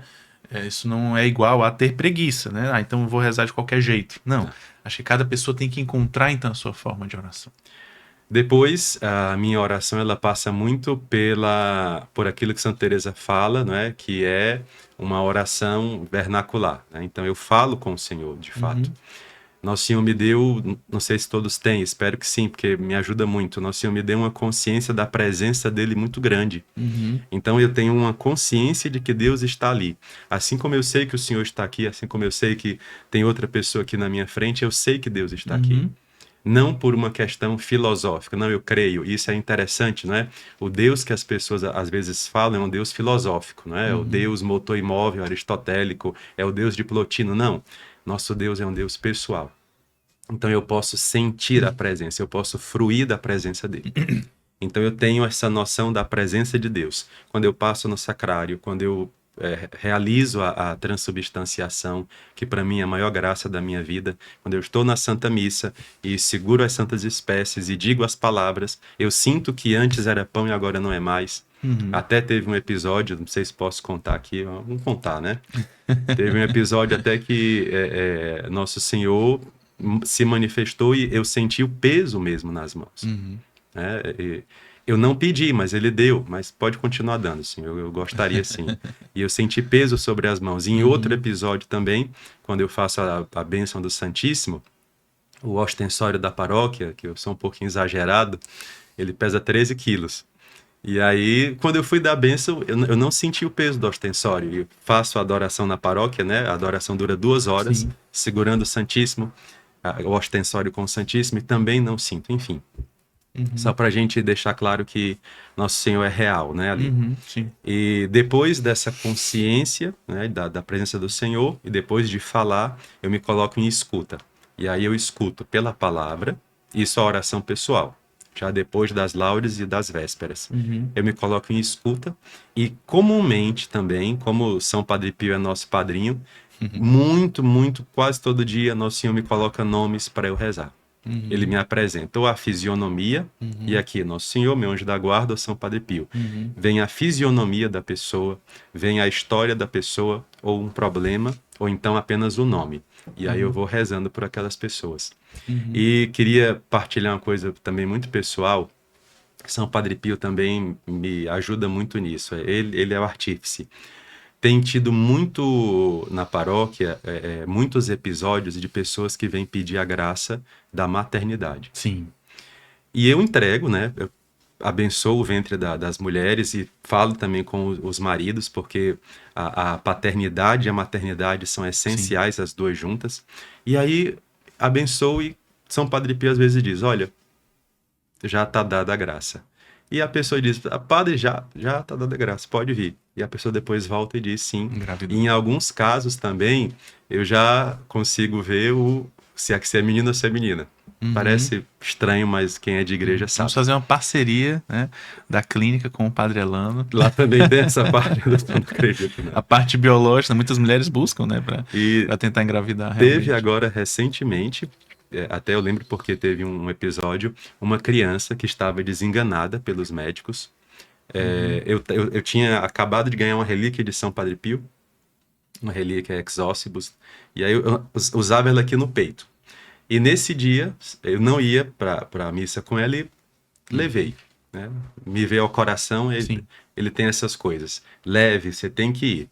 E aí levei a relíquia. Quando chega lá, a mãe vem na fila, que eu atendo uma fila depois da missa, uma fila bem pouquinha gente. E aí a mãe disse, padre, minha filha está morrendo e eu queria que o senhor rezasse, porque já está desenganada. E aí me veio ao coração de dar a relíquia para ela, ela levar a relíquia até a criança. E a criança passou ainda mais, acho que um mês no hospital, e foi à missa esses dias devolver a relíquia. Glória a Deus. Perfeita, correndo pela igreja. Então os milagres, eles são reais. Os milagres acontecem. E, voltando ao que o senhor perguntou, a oração então vai por esse caminho de intercessão, e depois eu faço meu caminho de gratidão a Deus, e aí vamos para os trabalhos. E também não queria deixar de dizer, que é uma coisa muito importante, a gente passa o dia em oração. Sim. Então não é só aquele momento e depois se aparta, não, é o dia em oração. E Deus me chamou também recentemente, todos os dias, eu na Igreja da Glória tenho o Santíssimo exposto, também no São Carlos Borromeu, no Iguatemi. Todo dia que eu passo por lá, eu vou e faço minha oração diante do Santíssimo. E nos estudos mantém essa postura também. É importante, Nos né? estudos também. Essa mesclagem do estudo, que às vezes é difícil dizer o que é estudo e o que é oração. Se mistura, porque quando eu começo a ler a palavra de Deus, inevitavelmente a gente começa a rezar, porque é tanta graça, é tanta coisa que a gente vai descobrindo, e Deus, de fato, assim, me dá a graça de encontrar tesouros, né? Que eu não ouvia, né? Então eu falei, Senhor, isso aqui eu nunca ouvi. O pessoal vai achar que não existe. Não, mas está aqui, existe. E ele vai nos falando mesmo, ao coração. Sobra algum tempo livre? Você tem algum hobby, algo que você gosta também de fazer? Por enquanto não, viu? Por enquanto não. E o canto, como é que entrou? Pois é, músico eu sou desde os 8 anos de idade. E aí comecei na música, na igreja, por conta da música também. Depois aprendi a tocar instrumentos e aí segui pela música ainda. E no colégio, no que eu fiz colégio de padre, né, do Pia Marta, no Montese. Aí lá eu fiz canto coral, né? Tinha as opções de escolher alguma atividade fora do currículo, e aí eu fiz canto coral. E aí descobri ali, né, que gostava de cantar. Depois continuei cantando na igreja até os 18 anos, quando entrei no seminário, entrei com 17 para 18. E aí no seminário cantava, né, até cheguei a reger a escola cantorum da catedral. E depois parei, como padre parei, porque eu tenho muito, assim, um excesso de pensamentos. E aí eu comecei a pensar assim, eu não quero ser um padre pela metade, nem um artista pela metade. Então eu vou deixar aqui de lado essa questão de cantar, porque a minha primeira identidade, minha primeira veste é sacerdotal. Sim. Então eu não quero misturar, não é? O padre veio à missa porque ele quer cantar com a gente. Sim. Não.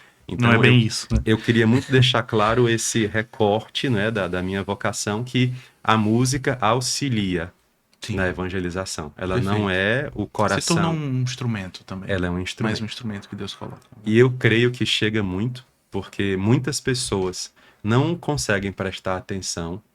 Às vezes as almas estão tão quebradas, estão tão feridas, que parece que as palavras doem no ouvido. Então você dizer uma coisa importante, mas a pessoa tá bloqueada. E a música, como ela altera o estado de consciência, ela vai penetrando Uhum. na alma das Perfeito. pessoas. Quem canta reza duas vezes, né? Sim, e cantar é próprio de quem ama. Palavras atribuídas a Santo Agostinho. Para, a gente vai estar se encaminhando para o fim, né? Quero te perguntar algumas É porque últimas você coisas. quer, né? Porque eu não quero não, viu? A gente tá ainda aqui fluindo bem, né? Algumas coisas que eu acho que é importante. Primeiro, o senhor passou por todo esse processo, né, de transformação da sua saúde. O que o senhor diria para quem está querendo começar? Tá lá no sofrimento, nas doenças, na fadiga, na obesidade, né? E eu vejo, né, todos os dias como as mulheres são maltratadas, inclusive pela medicina convencional. Preciso ser bem claro, né? Anticoncepcionais. Vamos polemizar, né? Vamos lá. Vamos fazer isso, vamos terminar Vamos, agora, não. vamos polemizar. Né? As mulheres recebem anticoncepcionais desde a adolescência, né? Como se não, né? Assim, enfim, são expostas a disruptores da sua fisiologia, né? As toxinas do ambiente, carências nutricionais, já são expostas a uma alimentação ruim desde muito cedo. Aí começam a ter a sua menstruação, um ciclo que é bagunçado no início, junta tudo isso, aí o médico vai lá e completa com anticoncepcional. Já vejo casos de mulheres que começaram a tomar anticoncepcional desde o primeiro momento da sua puberdade, passaram a vida inteira, às vezes casam, não conseguem ou conseguem engravidar, mas com muitas dificuldades. Vai chegar na menopausa também, aí o médico diz: não, agora não pode fazer hormônio. Passou a vida fazendo hormônio sintético, mas agora eu não posso mais fazer hormônio. A mulher nunca viu hormônio na vida. Só para dar um exemplo. Né? E aí, sim, a gente sabe, por exemplo, todos os malefícios de um anticoncepcional. Talvez no seu trabalho você veja como é hoje. Acho que é importante realmente trazer, não tinha pensado, mas acho que é relevante falar isso, né? A realidade das famílias hoje, né? E essa pressão pelo uso de anticoncepção, de anticoncepcionais, né? E no meu trabalho também eu tento sempre mostrar, olha, você não precisa disso em primeiro lugar.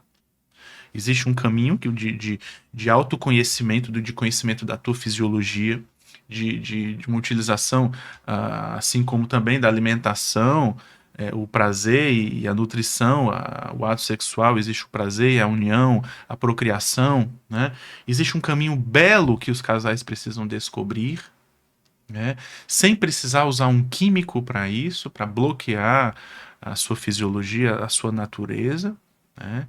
O que o senhor tem visto hoje nas famílias? É um grave problema desde, sei lá, 50, 60 anos atrás para cá, que afeta as famílias, essa questão da fertilidade e da anticoncepção.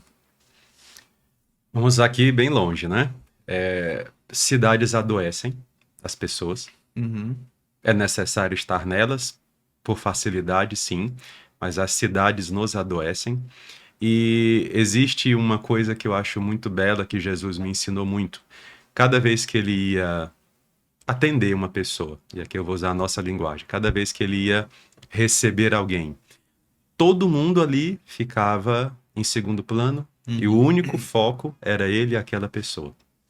Uma das coisas que me admirou no seu modo de atender, doutor, é exatamente isso. Se você está atendendo alguém, aquela pessoa é o centro. Eu também faço isso quando vou atender as pessoas. Quando o senhor falava, né, de pessoas que estão buscando medicina e estão adoecendo, às vezes é porque o olhar do profissional, o olhar, às vezes, do padre, não está sobre a pessoa.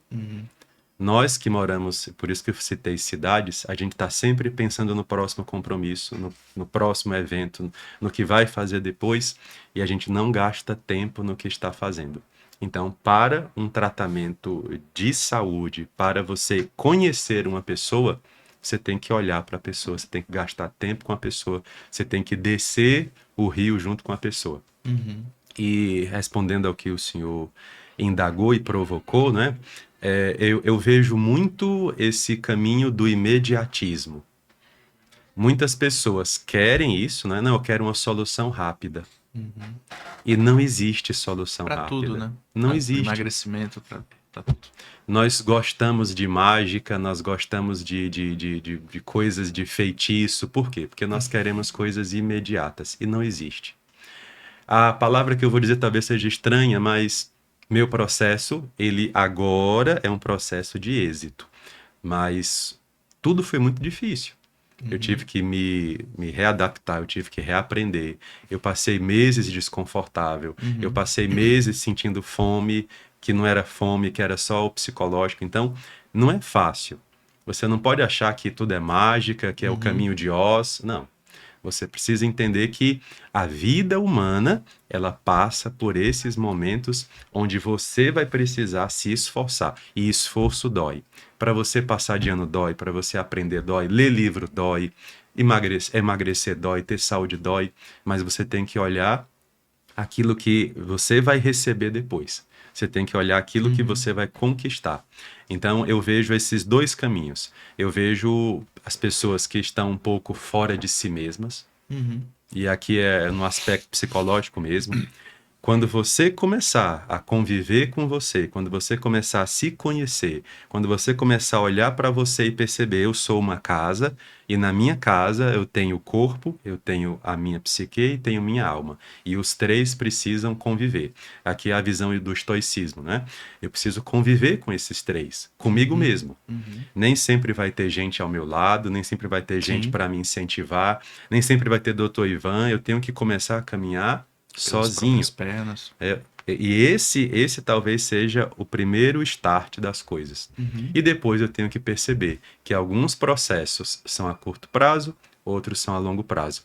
E eu preciso estar preparado para isso. Nosso Senhor diz bem claro: quando uma pessoa for construir uma torre, veja se tem como terminar. Uhum. Porque a evangelização, porque o caminho da vida interior não pode ficar pela metade. Então, é preciso ter muito esse esforço. E eu creio que é isso que nos faz chegar a algum lugar. Eu sou cheio de defeitos, cheio de pecado, mas Nosso Senhor sabe que se Ele me pedir uma coisa, eu morrerei fazendo. Uhum. Se Uhum. for para fazer, eu morrerei fazendo. Tanto que o padre entrou no meu plano de acompanhamento anual. Né? Tem que vender o peixe também, né, padre? Então, ele participa. Aliás, não sei se o senhor sabe, mas o senhor foi o primeiro. Né? Você e outra paciente querida. Eu tinha acabado de. Adão e Eva. Eu tinha acabado de ter essa ideia de fazer um plano. Que eu via as pessoas entrando para emagrecer. E era isso. Um vinha e vinha quando queria, e depois não vinha mais. Faltava aquela continuidade. A gente entende que o processo de emagrecimento ele precisa de um acompanhamento. Não é uma consulta e depois ano que vem a gente se vê de novo, né? Então eu elaborei, né, esse PMA, que é o Plano Metabólico Anual, né, em abril do ano passado. Né? Na verdade foi na última semana de março, né? Então foi o senhor disse sim em primeiro lugar, foi que nem João, que entrou Pedro primeiro, João chegou primeiro, João chegou mas primeiro. a Josiane, vou falar o nome dela, não tem problema, né? Ela que assinou o primeiro PMA, porque o senhor falou sim primeiro, mas ela foi a consulta seguinte, ela assinou antes, né? Entendi. Então ficou vocês dois como os primeiros, né? Para mim isso foi também uma confirmação do meu trabalho. Um padre entrar no PMA para mim foi mais como diz a Amy, uma piscadela de Deus, ó, é por aí, né? E, de fato, esse acompanhamento é um acompanhamento de perto, onde a gente vai acompanhar o passo a passo desse processo de transformação. Eu não acredito no emagrecimento que não seja assim. Né? Como eu falei, é uma mudança radical, é uma mudança que as pessoas estão dispostas, às vezes, a arrancar o estômago para isso.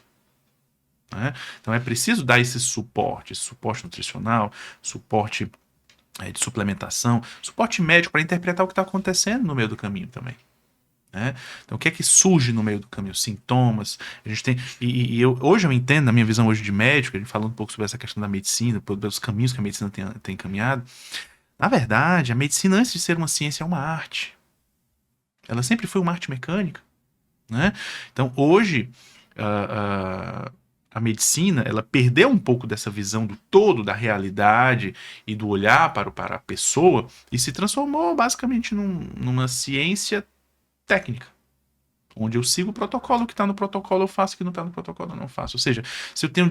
Aí essa ciência é baseada em diagnósticos, eu só posso fazer aquilo que está muito, né? E eu sou um crítico dessa visão. Eu acredito que a medicina ela precisa reconquistar um certo artesanato. Né? E é claro que isso torna tudo muito mais difícil. Porque uma coisa é. A ciência ela é uma construção humana. Né? Mas a realidade não, a realidade é muito mais ampla, né? E presente, patente. Então, se eu tenho, por exemplo, o Padre Elano chega para mim com as suas queixas, as suas necessidades. Não existe nenhuma pesquisa científica que represente exatamente o Padre Elano. Isso é impossível. Mas eu, como médico, preciso fazer um tratamento para o Padre Elano. Como a gente concilia isso, né? Eu preciso ter um conhecimento de fisiologia, bioquímica, anatomia, fisiopatologia, né?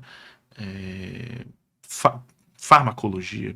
Preciso saber sobre filosofia, antropologia. Preciso saber quem é esse homem que está entrando na minha frente, que é essa pessoa que está na minha frente, o que é o homem.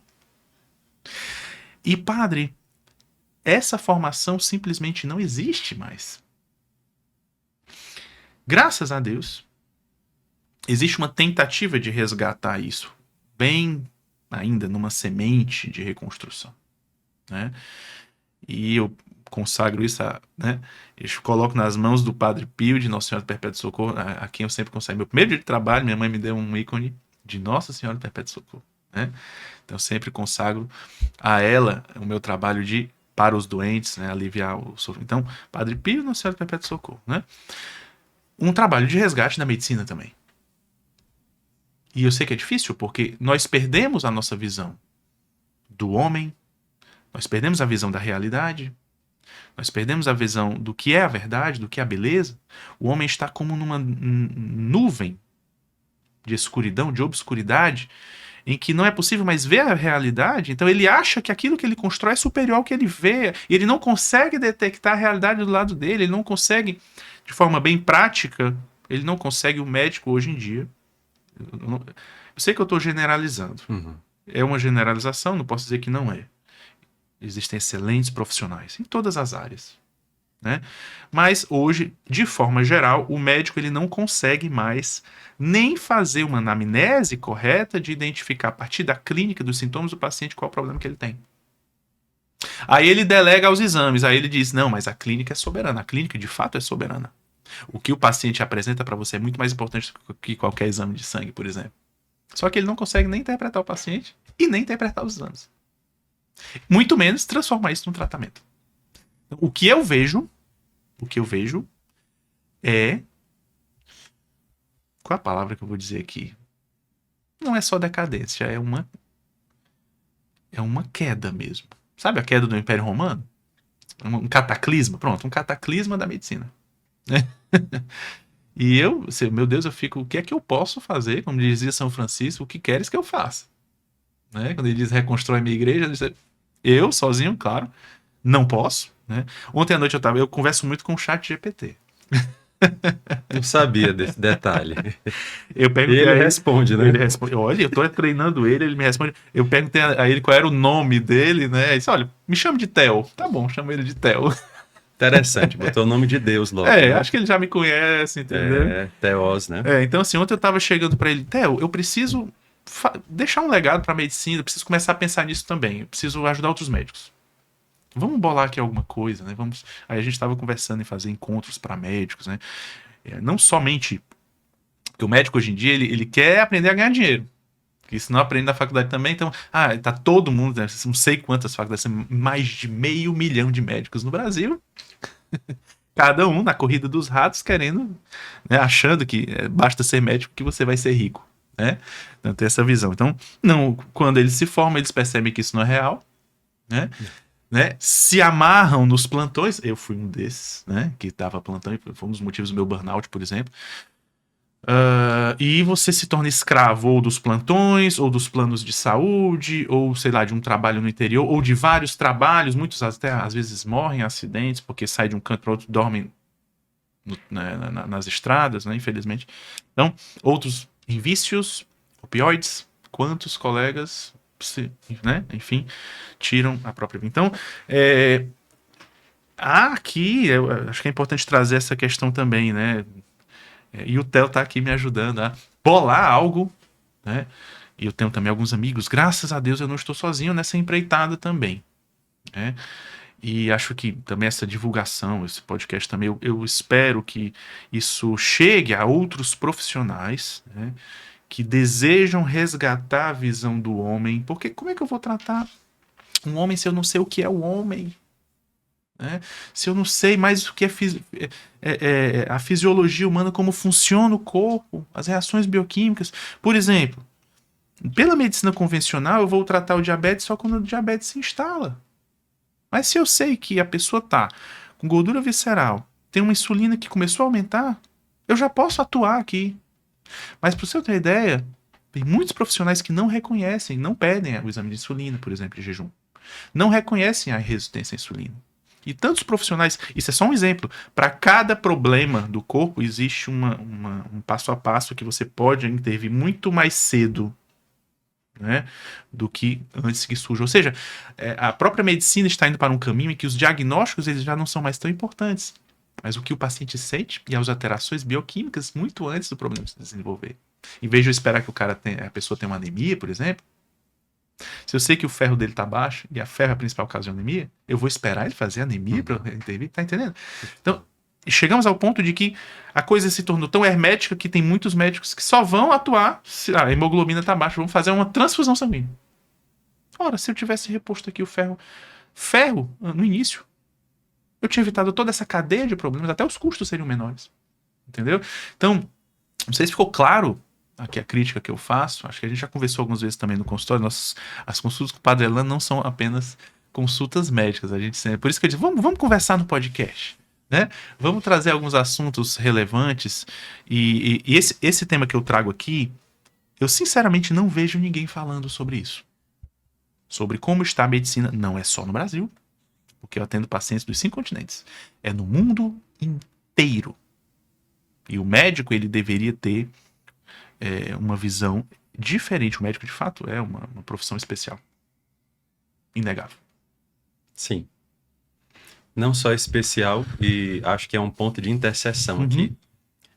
Todos nós, né, padres e agora também incluo os médicos, nós estamos no meio do mistério da vida e da morte. Sim, verdade. E estar nesses pontos de vida e de morte cobra um preço alto.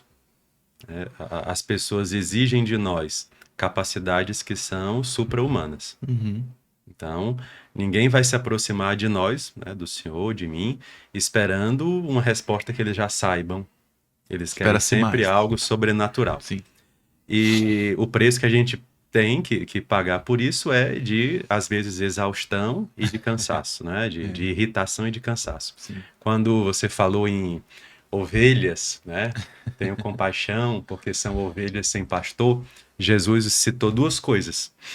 O cansaço dessas ovelhas se dá por exaustão e por irritação. Aborrecimentos e exaustão. Eu até pensei aqui quais são os problemas biológicos disso. Se for fazer um estudo médico das parábolas, seria interessante. Sim, sim. Falta cortisol, falta ferritina, falta... Aí é com o senhor. progesterona nas mulheres. Mas é interessante. A hemorroíça, por exemplo, faltava progesterona a ela, tenho certeza.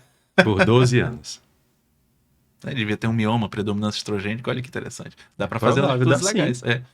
Acho que seria muito bom, doutor, viu? Hipotiroidismo. E ajudaria muito também a dar esse amparo mais concreto às parábolas. As parábolas e as curas. Dá pra fazer, tranquilamente. Então, as ovelhas, elas são consideradas assim, exaustas e irritadas, aborrecidas, né? Por isso que elas são sem pastor. Existe sim uma crise. Essa crise, ela já está instalada. Essa crise está em todos os âmbitos. Não só na medicina. Não só na medicina, mas também no meio acadêmico. Na política. Também na igreja, na política, porque é a crise do homem. Isso. Acredito, e aqui é uma visão minha e pelos estudiosos que eu acompanho, nós estamos no colapso desse momento que foi chamado de renascimento e desse foco que foi o antropocentrismo. Então, o que o senhor está trazendo, se eu puder resumir com as minhas palavras, é a crise dessa visão do homem resolvendo o próprio homem. Sim. Nós fragmentamos, nós distorcemos a realidade e fragmentamos a própria existência humana, e o que o senhor está se propondo a fazer é muito bom. A filosofia fala muito sobre isso e a teologia muito mais. Primeira aula de antropologia teológica que eu ministrei, primeira fala é: toda teologia é uma antropologia. Quem entende Deus, entende o ser humano. Quem entende o ser humano a fundo, entende Deus. Precisa entender Deus. Então, existe essa crise, que é a crise da ausência da metafísica. Sim. O ser humano, ele é sempre visto pela ótica materialista. E quando eu olho o ser humano como coisa, eu não consigo entender quem ele é. Então, essa crise, que também vem pelo materialismo contemporâneo, é uma crise que enxerga o ser humano como objeto e tenta coisificar o ser humano na tentativa frustrada de ajudá-lo. E o materialismo, para mim, ele se desvencilhou de mim já há alguns anos.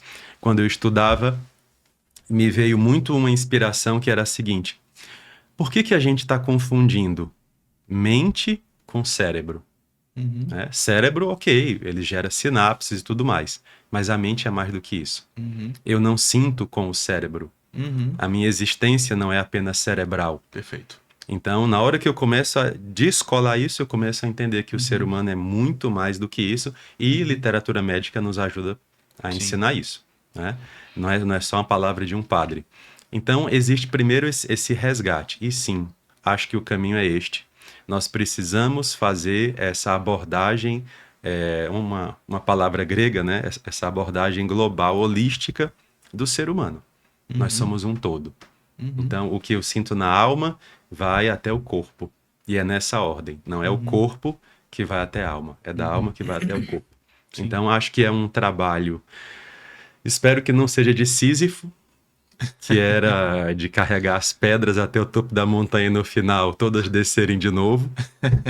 Espero não estar sendo profeta agora, mas alguma coisa vai ficar. Alguma semente tem que ser lançada, algumas árvores vão brotar, e como na parábola do semeador, alguns vão, né, algumas vão gerar frutos. Eu tenho consciência disso, que o nosso trabalho, ele dá frutos na medida da graça também, junto ao nosso esforço pessoal, como diz eu gosto muito de Santa Teresa, né, a grandona. Teresa né? d'Ávila. Essa determinação de Santa Teresa, essa magnanimidade dela também, de que é preciso fazer, né, independente de você condicionar um resultado, e fazer uma ascese adaptativa, ou seja, faz um pouco, depois faz um pouco mais, depois faz mais um pouquinho mais, e vai intensificando. Até isso também ajuda até no processo de emagrecimento. Tem gente que quer emagrecer 20, né?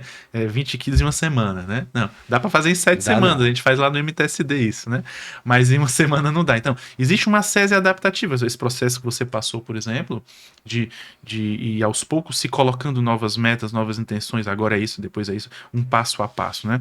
Então, eu imagino que isso, de alguma forma, claro, ainda está no papel, está na minha mente, né? Está no meu coração também. E tenho vários colegas amigos que compartilham desse desejo também, médicos, né? Ou seja, o Dr. Ivan não está sozinho. Né? Eu também tenho os meus mentores, eu também tenho os meus amigos que compartilham da mesma visão de medicina que eu tenho. Né? Isso é até acho que um refúgio para mim. Né? Eu poderia estar, inclusive, por muito tempo eu estive sozinho realmente. Né?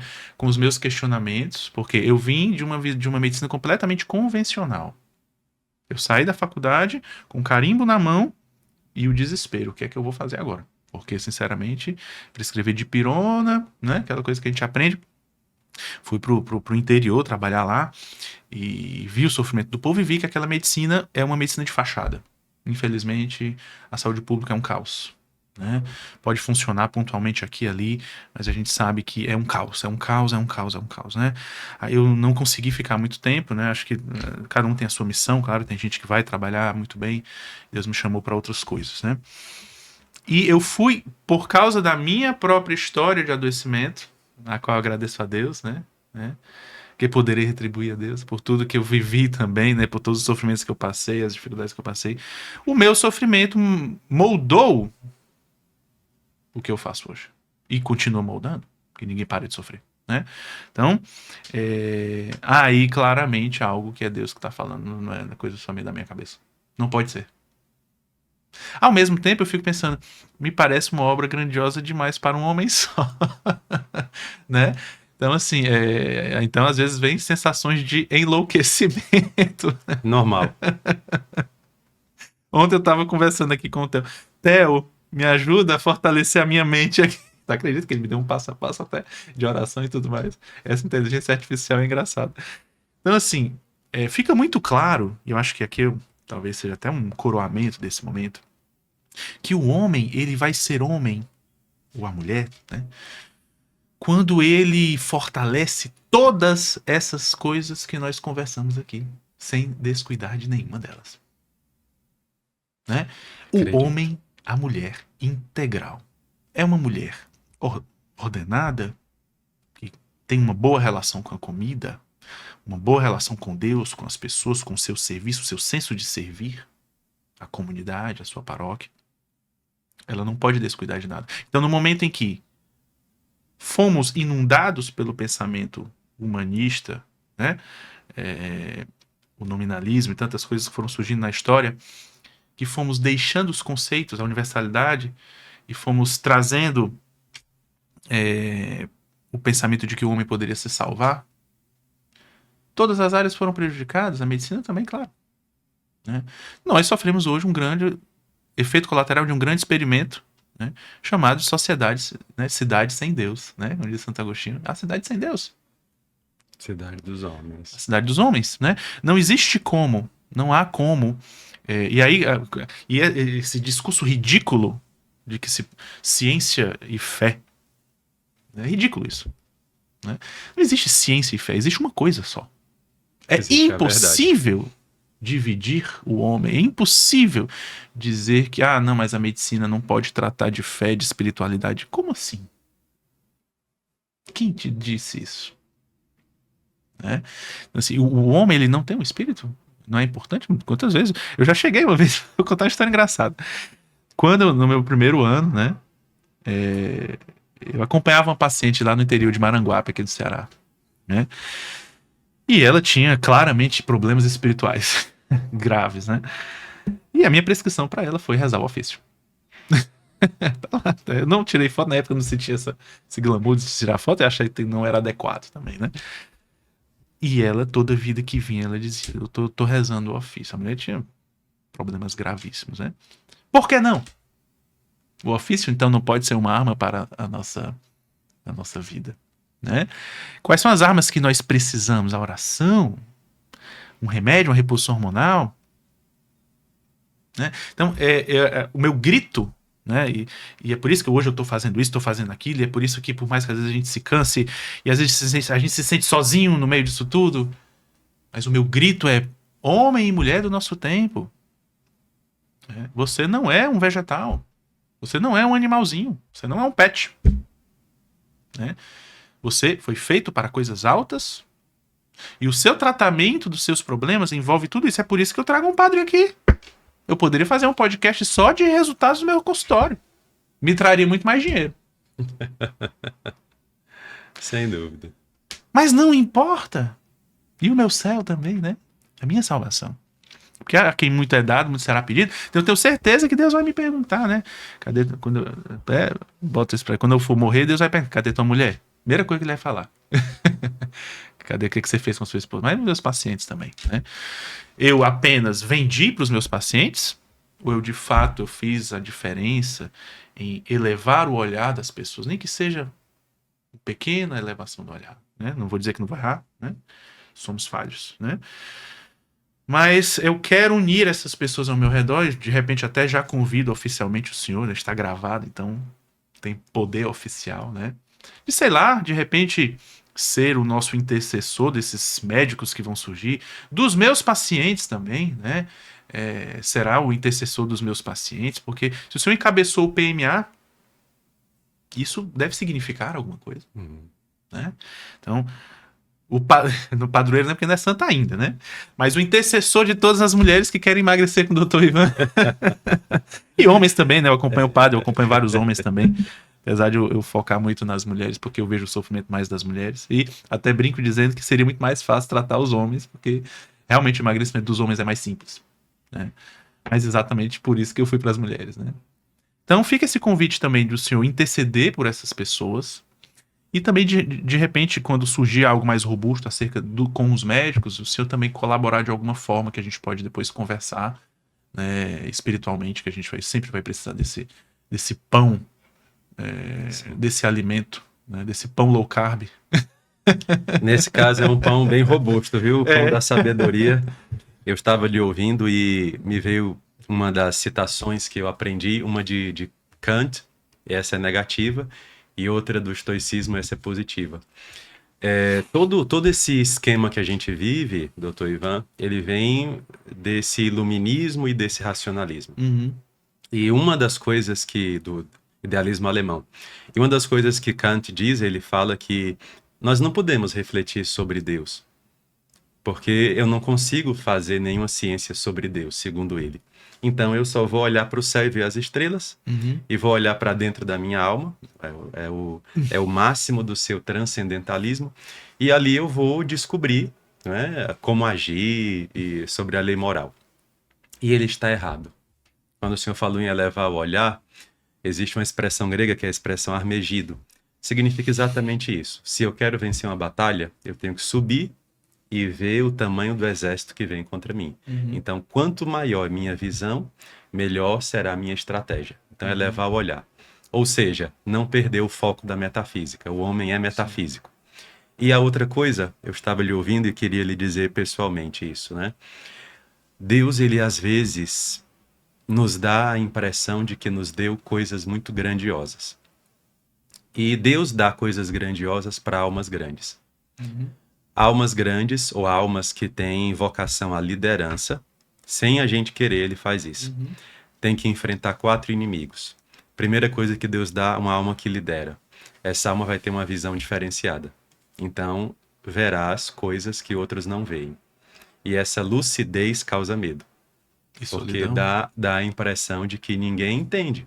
Só eu que vejo Tu isso? tá lendo a Sim. minha alma aqui, ó. Direção Sim, espiritual ao vivo. sim, só você que vê isso. Segunda coisa que nós temos que enfrentar, nós temos que ter uma relação muito saudável com a nossa coragem. E nós temos que enfrentar o medo. Uhum. Nós não podemos ter medo. Uhum. Então, primeiro Deus dá a visão, depois Deus vai dizer, agora enfrente Porque seu pode medo. vir a vertigem, né? Do olhar lá Pode. de cima. Pode sim. A terceira coisa, tem que ter uma relação muito saudável também com o dinheiro, Uhum. porque o dinheiro ele também ofusca e cega. Sim. Ele é um deus, né, na Bíblia, chama-se Mamon. Então ele pode ser um deus que exige a sua adoração. Uhum.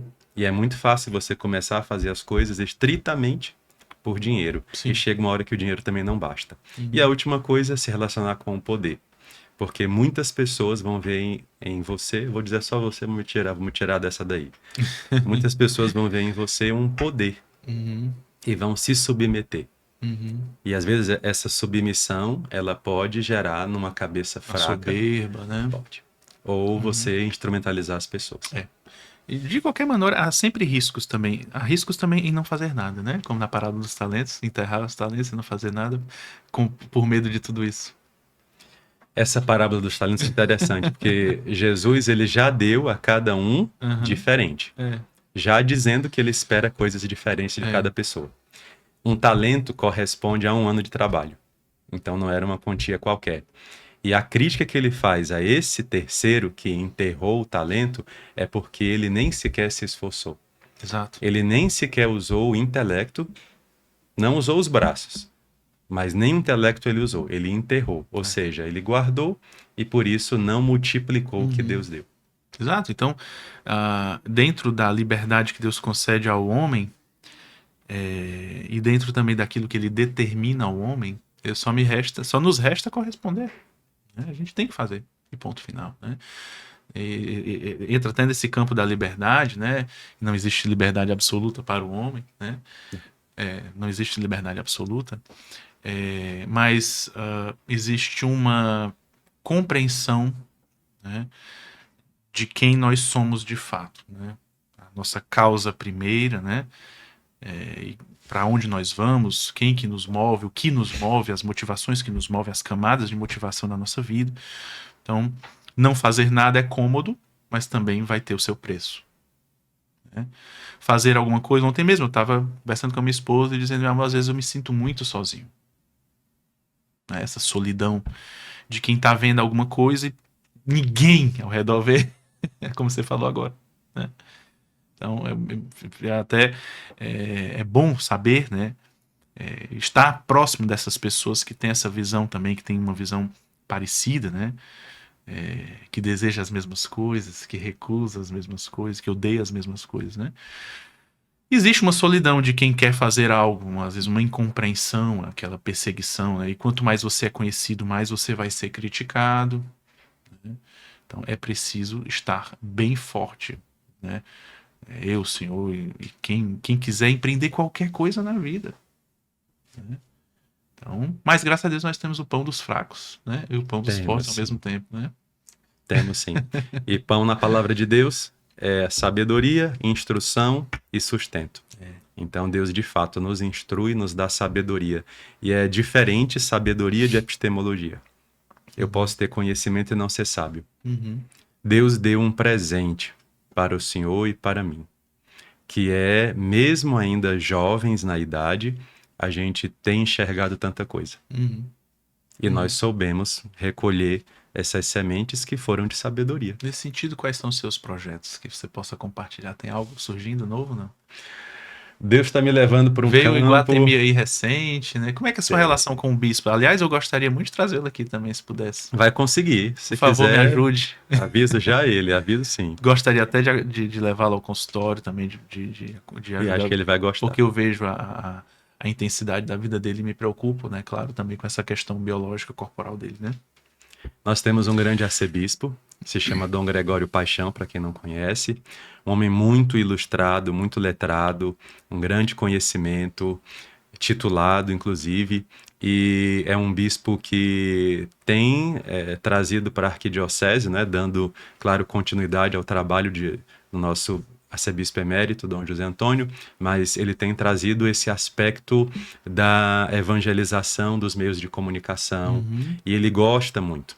Inclusive, a missão do Iguatemi, que se chama São Carlos Borromeu, que é o orágo da capela, foi uma iniciativa dele. Sim. E ele confiou essa missão a mim, né?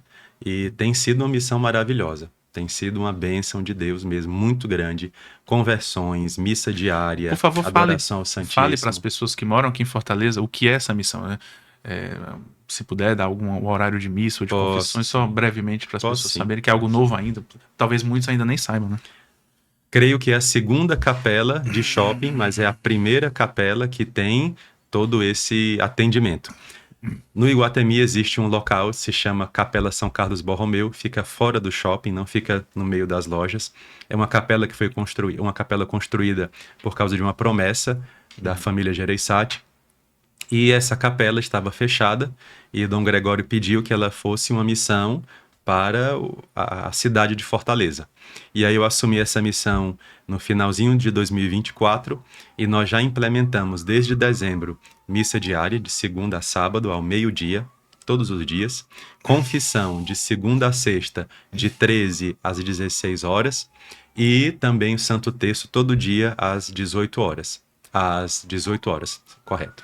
E essa missão, a gente já viu que a capela está pequena. É, Então impressionante. já está pequena a capela, já tem que fazer outra, se Deus quiser. Vamos pedir aí ajuda. Precisamos E até de mais paróquias, mais igrejas na cidade também, né? sim, precisamos. Precisamos sim. E a missão foi uma surpresa grande, porque a gente tinha muito receio de que as pessoas identificassem a capela como algo superficial, como se fosse um arranjo. E não. Quem vai para lá são adoradores fiéis, o Santíssimo fica lá exposto de 7 da manhã até 19 horas. Então você vê a igreja repleta de pessoas O católicas tempo todo. e muito jovens.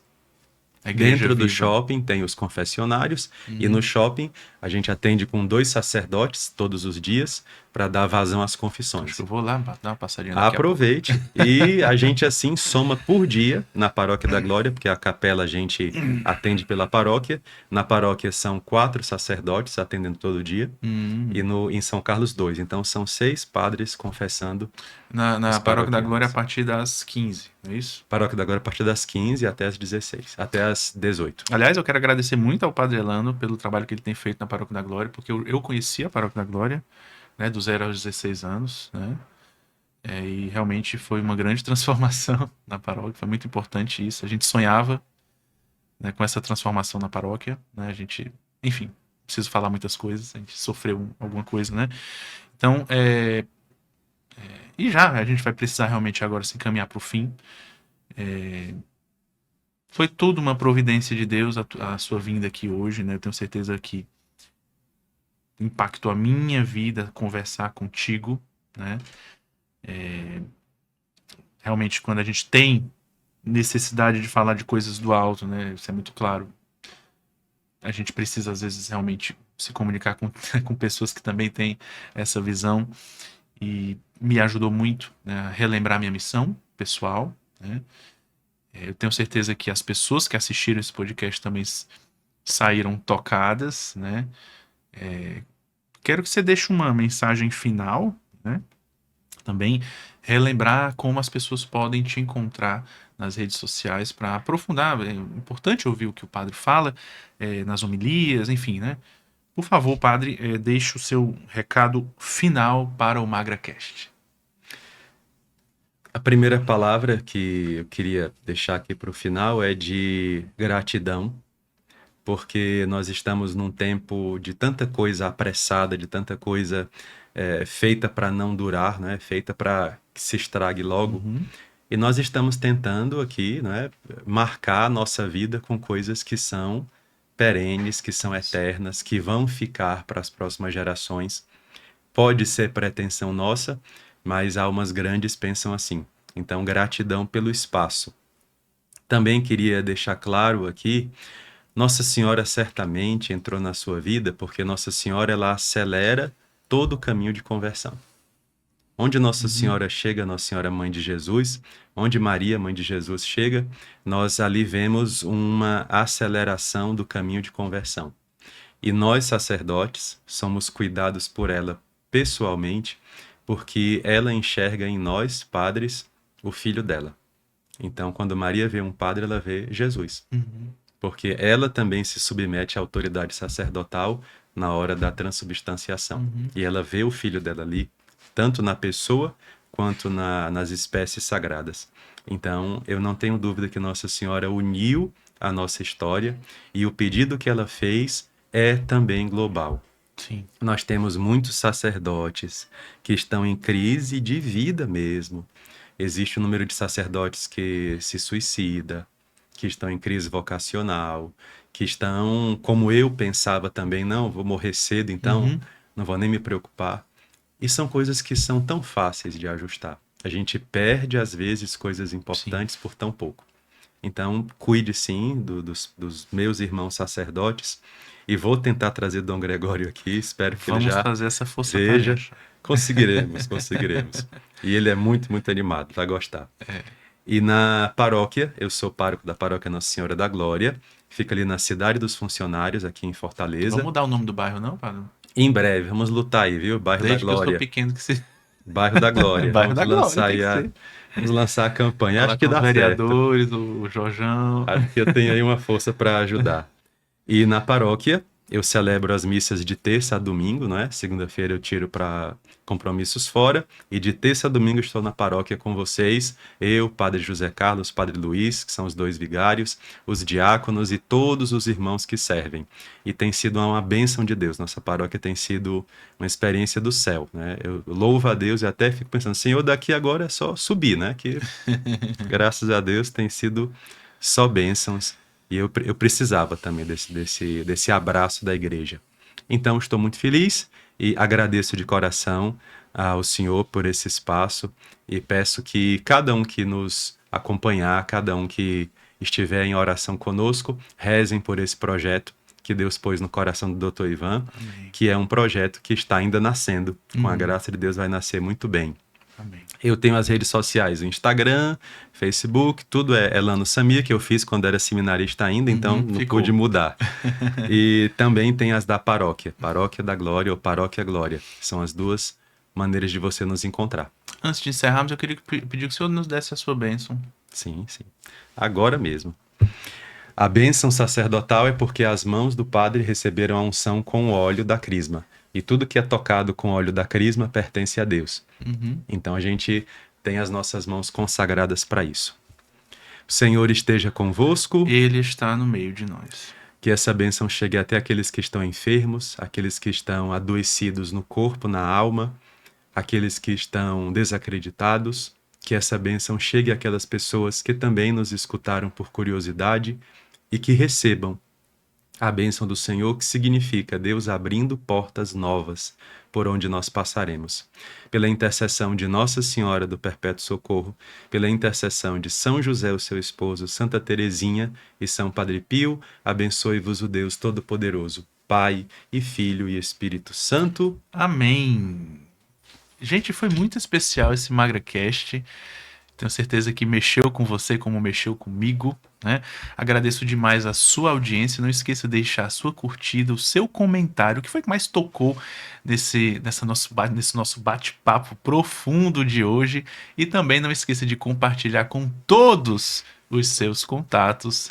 Esse MagraCast também está disponível em todas as plataformas de podcast que existem hoje de redes sociais. Muito obrigado pelo carinho de vocês e até o próximo episódio.